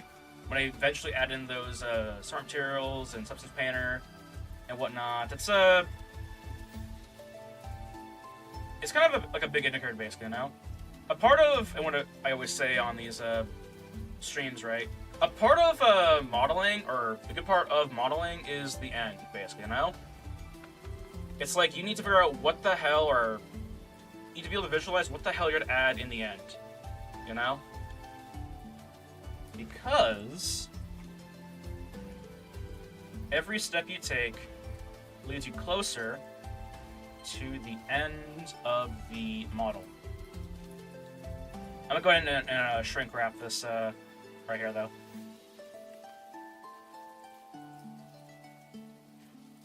Shrink wrap, or as I'm calling it, the balloon stuff. There. There. Sweet. Instead of having to go all the way around the entire belt, we just do this. Pretty easy, honestly. I'm going to turn off that real quickly. But yeah. In fact, let me actually save it real quickly. I kind of want to actually do this real fast. So if we go into David Strong as a character, basically what I have done to make sure that my mind doesn't crash is I have decimated every portion of the David Strong character, basically. You know, because it's a lot easier to work with a small amount of polygons and dynamesh that, or repologize that, then bring in the high poly, align it up, then trying to repologize the high poly, you know, straight up, right? Because at the end of the day, what I talked about earlier in the stream is you have to understand what your computer is capable of, you know? Like, I know for a fact my computer can't handle, you know, millions or billions of polygons in Retopology. I know that, right? And I doubt a lot of people's computers are the same way. Not to mention, it'd be a crap ton faster if you just dynameshed it, you decimated it, and then you go ahead and repologize that, then bring in the high poly. But you know. But just for the sake of testing it out, we'll go ahead and export this here belt, the thing I've been working on, and let's go up to humans, go to David Strong, go to FBX, go put this as a FBX file. I'm gonna call this belt, whatever. Let's do the selected one. It might take a little bit to do it. But, you know, let's go ahead and do that. All right.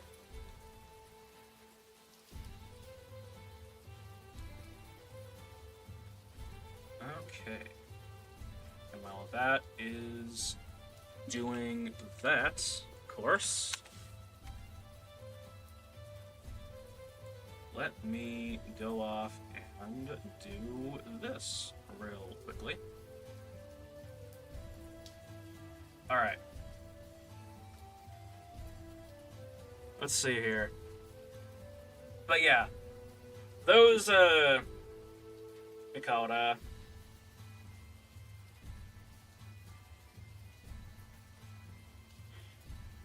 those, like, black marks, basically, that's all just, normal maps, basically. Or normal map, you know, like, shade, basically. Also, that's where it would appear to be soft if we went off and baked it, just with that high poly alone. With the high poly here, which has about 12 million polygons on it, basically. Best believe that's enough polygons to renegade the or eliminate the normal map streaks, basically. Call them normal maps because just called force of habit. But yeah, go wait for this thing to export that out. Sweet. Okay.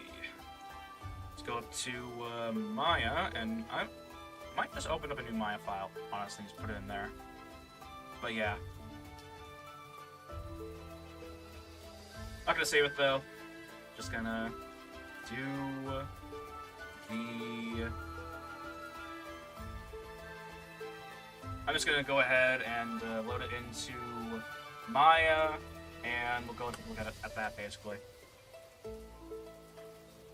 Oh right. Do you have any? Have you asked for any crits on this guy?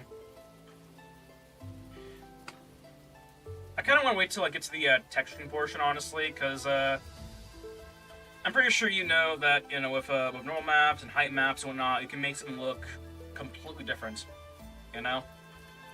You can go from a simple, you know, plane and make that into some amazing wood textures, right? Because someone could say, oh yeah, that skin looks very, very pungy or whatever, right? But I'm probably going to be adding that into, you know, Justice Painter basically now. Also, it's supposed to stylize as well, so I can't imagine I'm going to go, like, absolutely in-depth with the fucking skin pores, right? I mean, I might go for, like, some, like, light skin pores, but, like, it's stylized, so I can't exactly go for that uncanny valley look, you know? But, yeah. Let's see here. Let's go ahead and go to here. Make sure we go right there.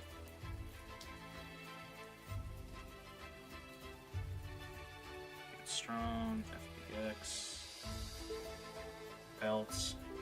I kind of go off of like what the majority of my stream kind of like likes in a way, you know. Like the Strict Frost Scepter, that one glowing staff, right? A lot of people seem to love the glow effects on there, and the the glimmer. So, what am I gonna do? Fucking not give it to them? You know?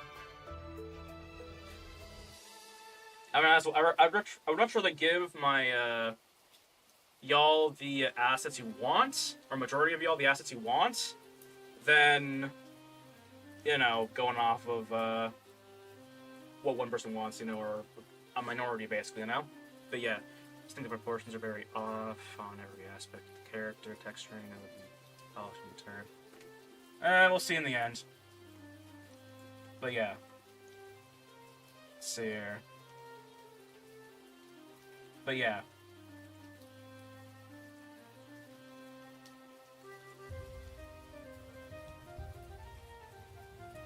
I love that, actually. These lines are basically, you know, or the shadow basically.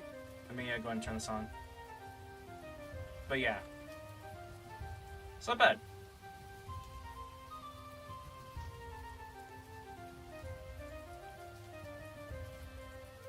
But yeah. Yeah, it's only because the it's a low poly or a decimated version of the high poly that it has these black streaks. But you know. That's all part of the process, though.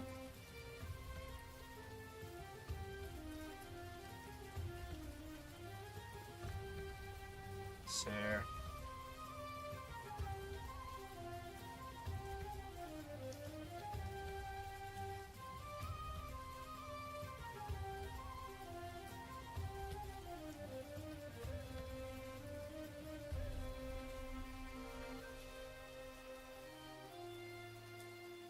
Let's see.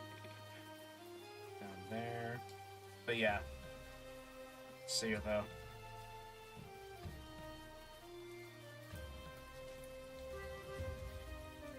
Also, it's meant to be, you know, like, this guy's supposed to be the bulky character, you know?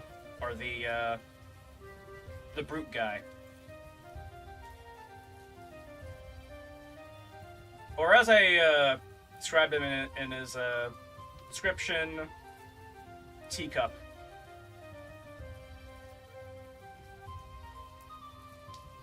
But yeah.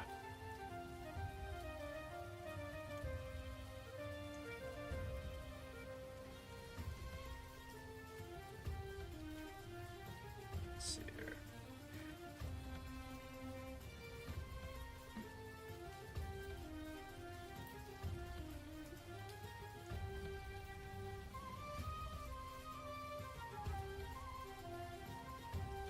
But yeah. Let's see here. Go back here and go this.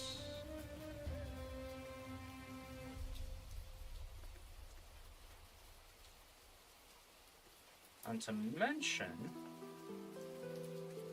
personally, I think that when it comes to the characters or not, or, you know, all the assets in this game, you know, like Makata, we have to go off of the same filter, the same shaders we're using for the branch, basically, you know? Which, by the way, the branch, we need to work on some additional textures for that guy. I plan on turning that guy, or making making the skin on that guy, basically, we call it I need to make that branch monster oak, birch, and mahogany. But you know, mahogany wood because, or those are different wood types because, you know, I want that branch monster to be very regional. You know, like not that it's gonna be like. I mean, it's gonna be different depending on like where you're at in the game, basically, you know.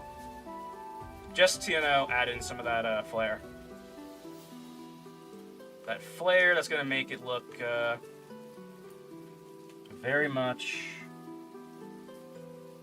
you know, realistic or not, you know.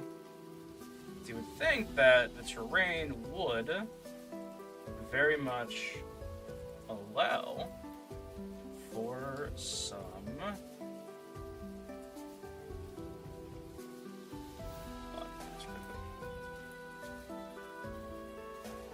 Display. Alright. Sweet. Let me do this real fast. Fix this.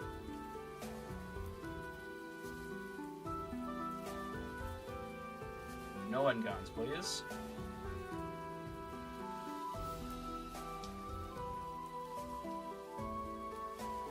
Yeah, okay. Go right there. Sweet. Sweet, sweet, sweet. Okay. So now, can I turn this thing off?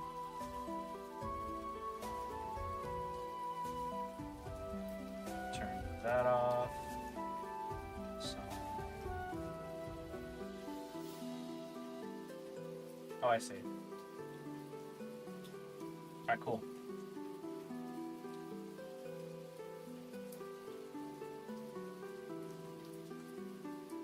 Let's keep going. I turn that on auto weld. Forgot about that. Let's go and do this. Right. Go like so.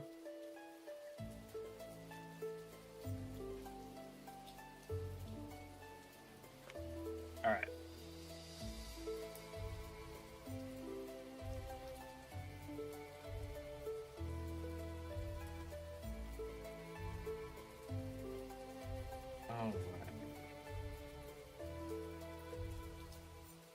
Turn off that transparent fade.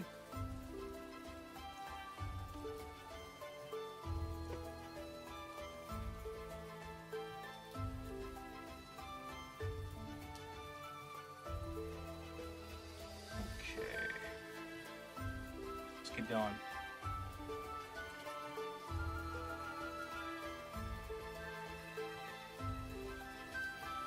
All right.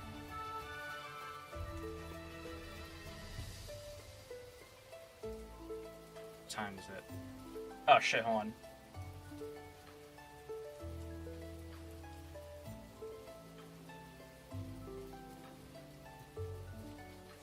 I lost track of time and whatnot. Alright, so this is what I'm gonna do, alright? So, I am going to take a break, alright? So, one thing that I'm pretty sure y'all who have been here for long know by now, but you know.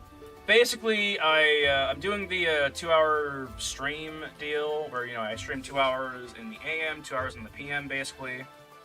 And what I'm gonna do, alright, is... Hold on. I am going to, get off here in a second here. Take a break for an hour. Build my energy, my streaming energy. And I'll be back at... Let's see here. Yeah, I was supposed to end the stream like fucking 15 minutes ago. Hold on. Let's see here. I know I stream at like 1 a.m. I'm just making sure that I am streaming at 1 a.m. That's what I have on the schedule, because we might as well look at that.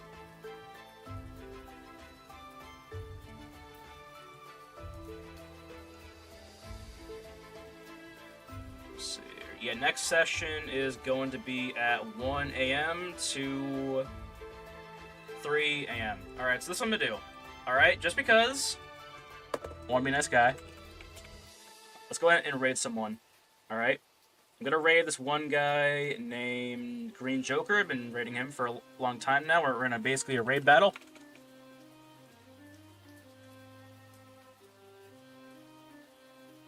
So here, raid 23.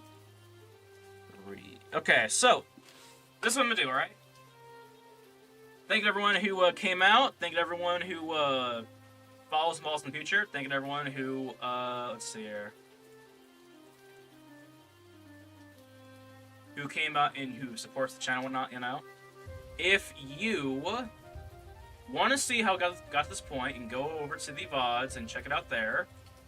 If not, I'll see you all in approximately an hour, basically. Or 2 hours or so. But yeah. I'll see you all later.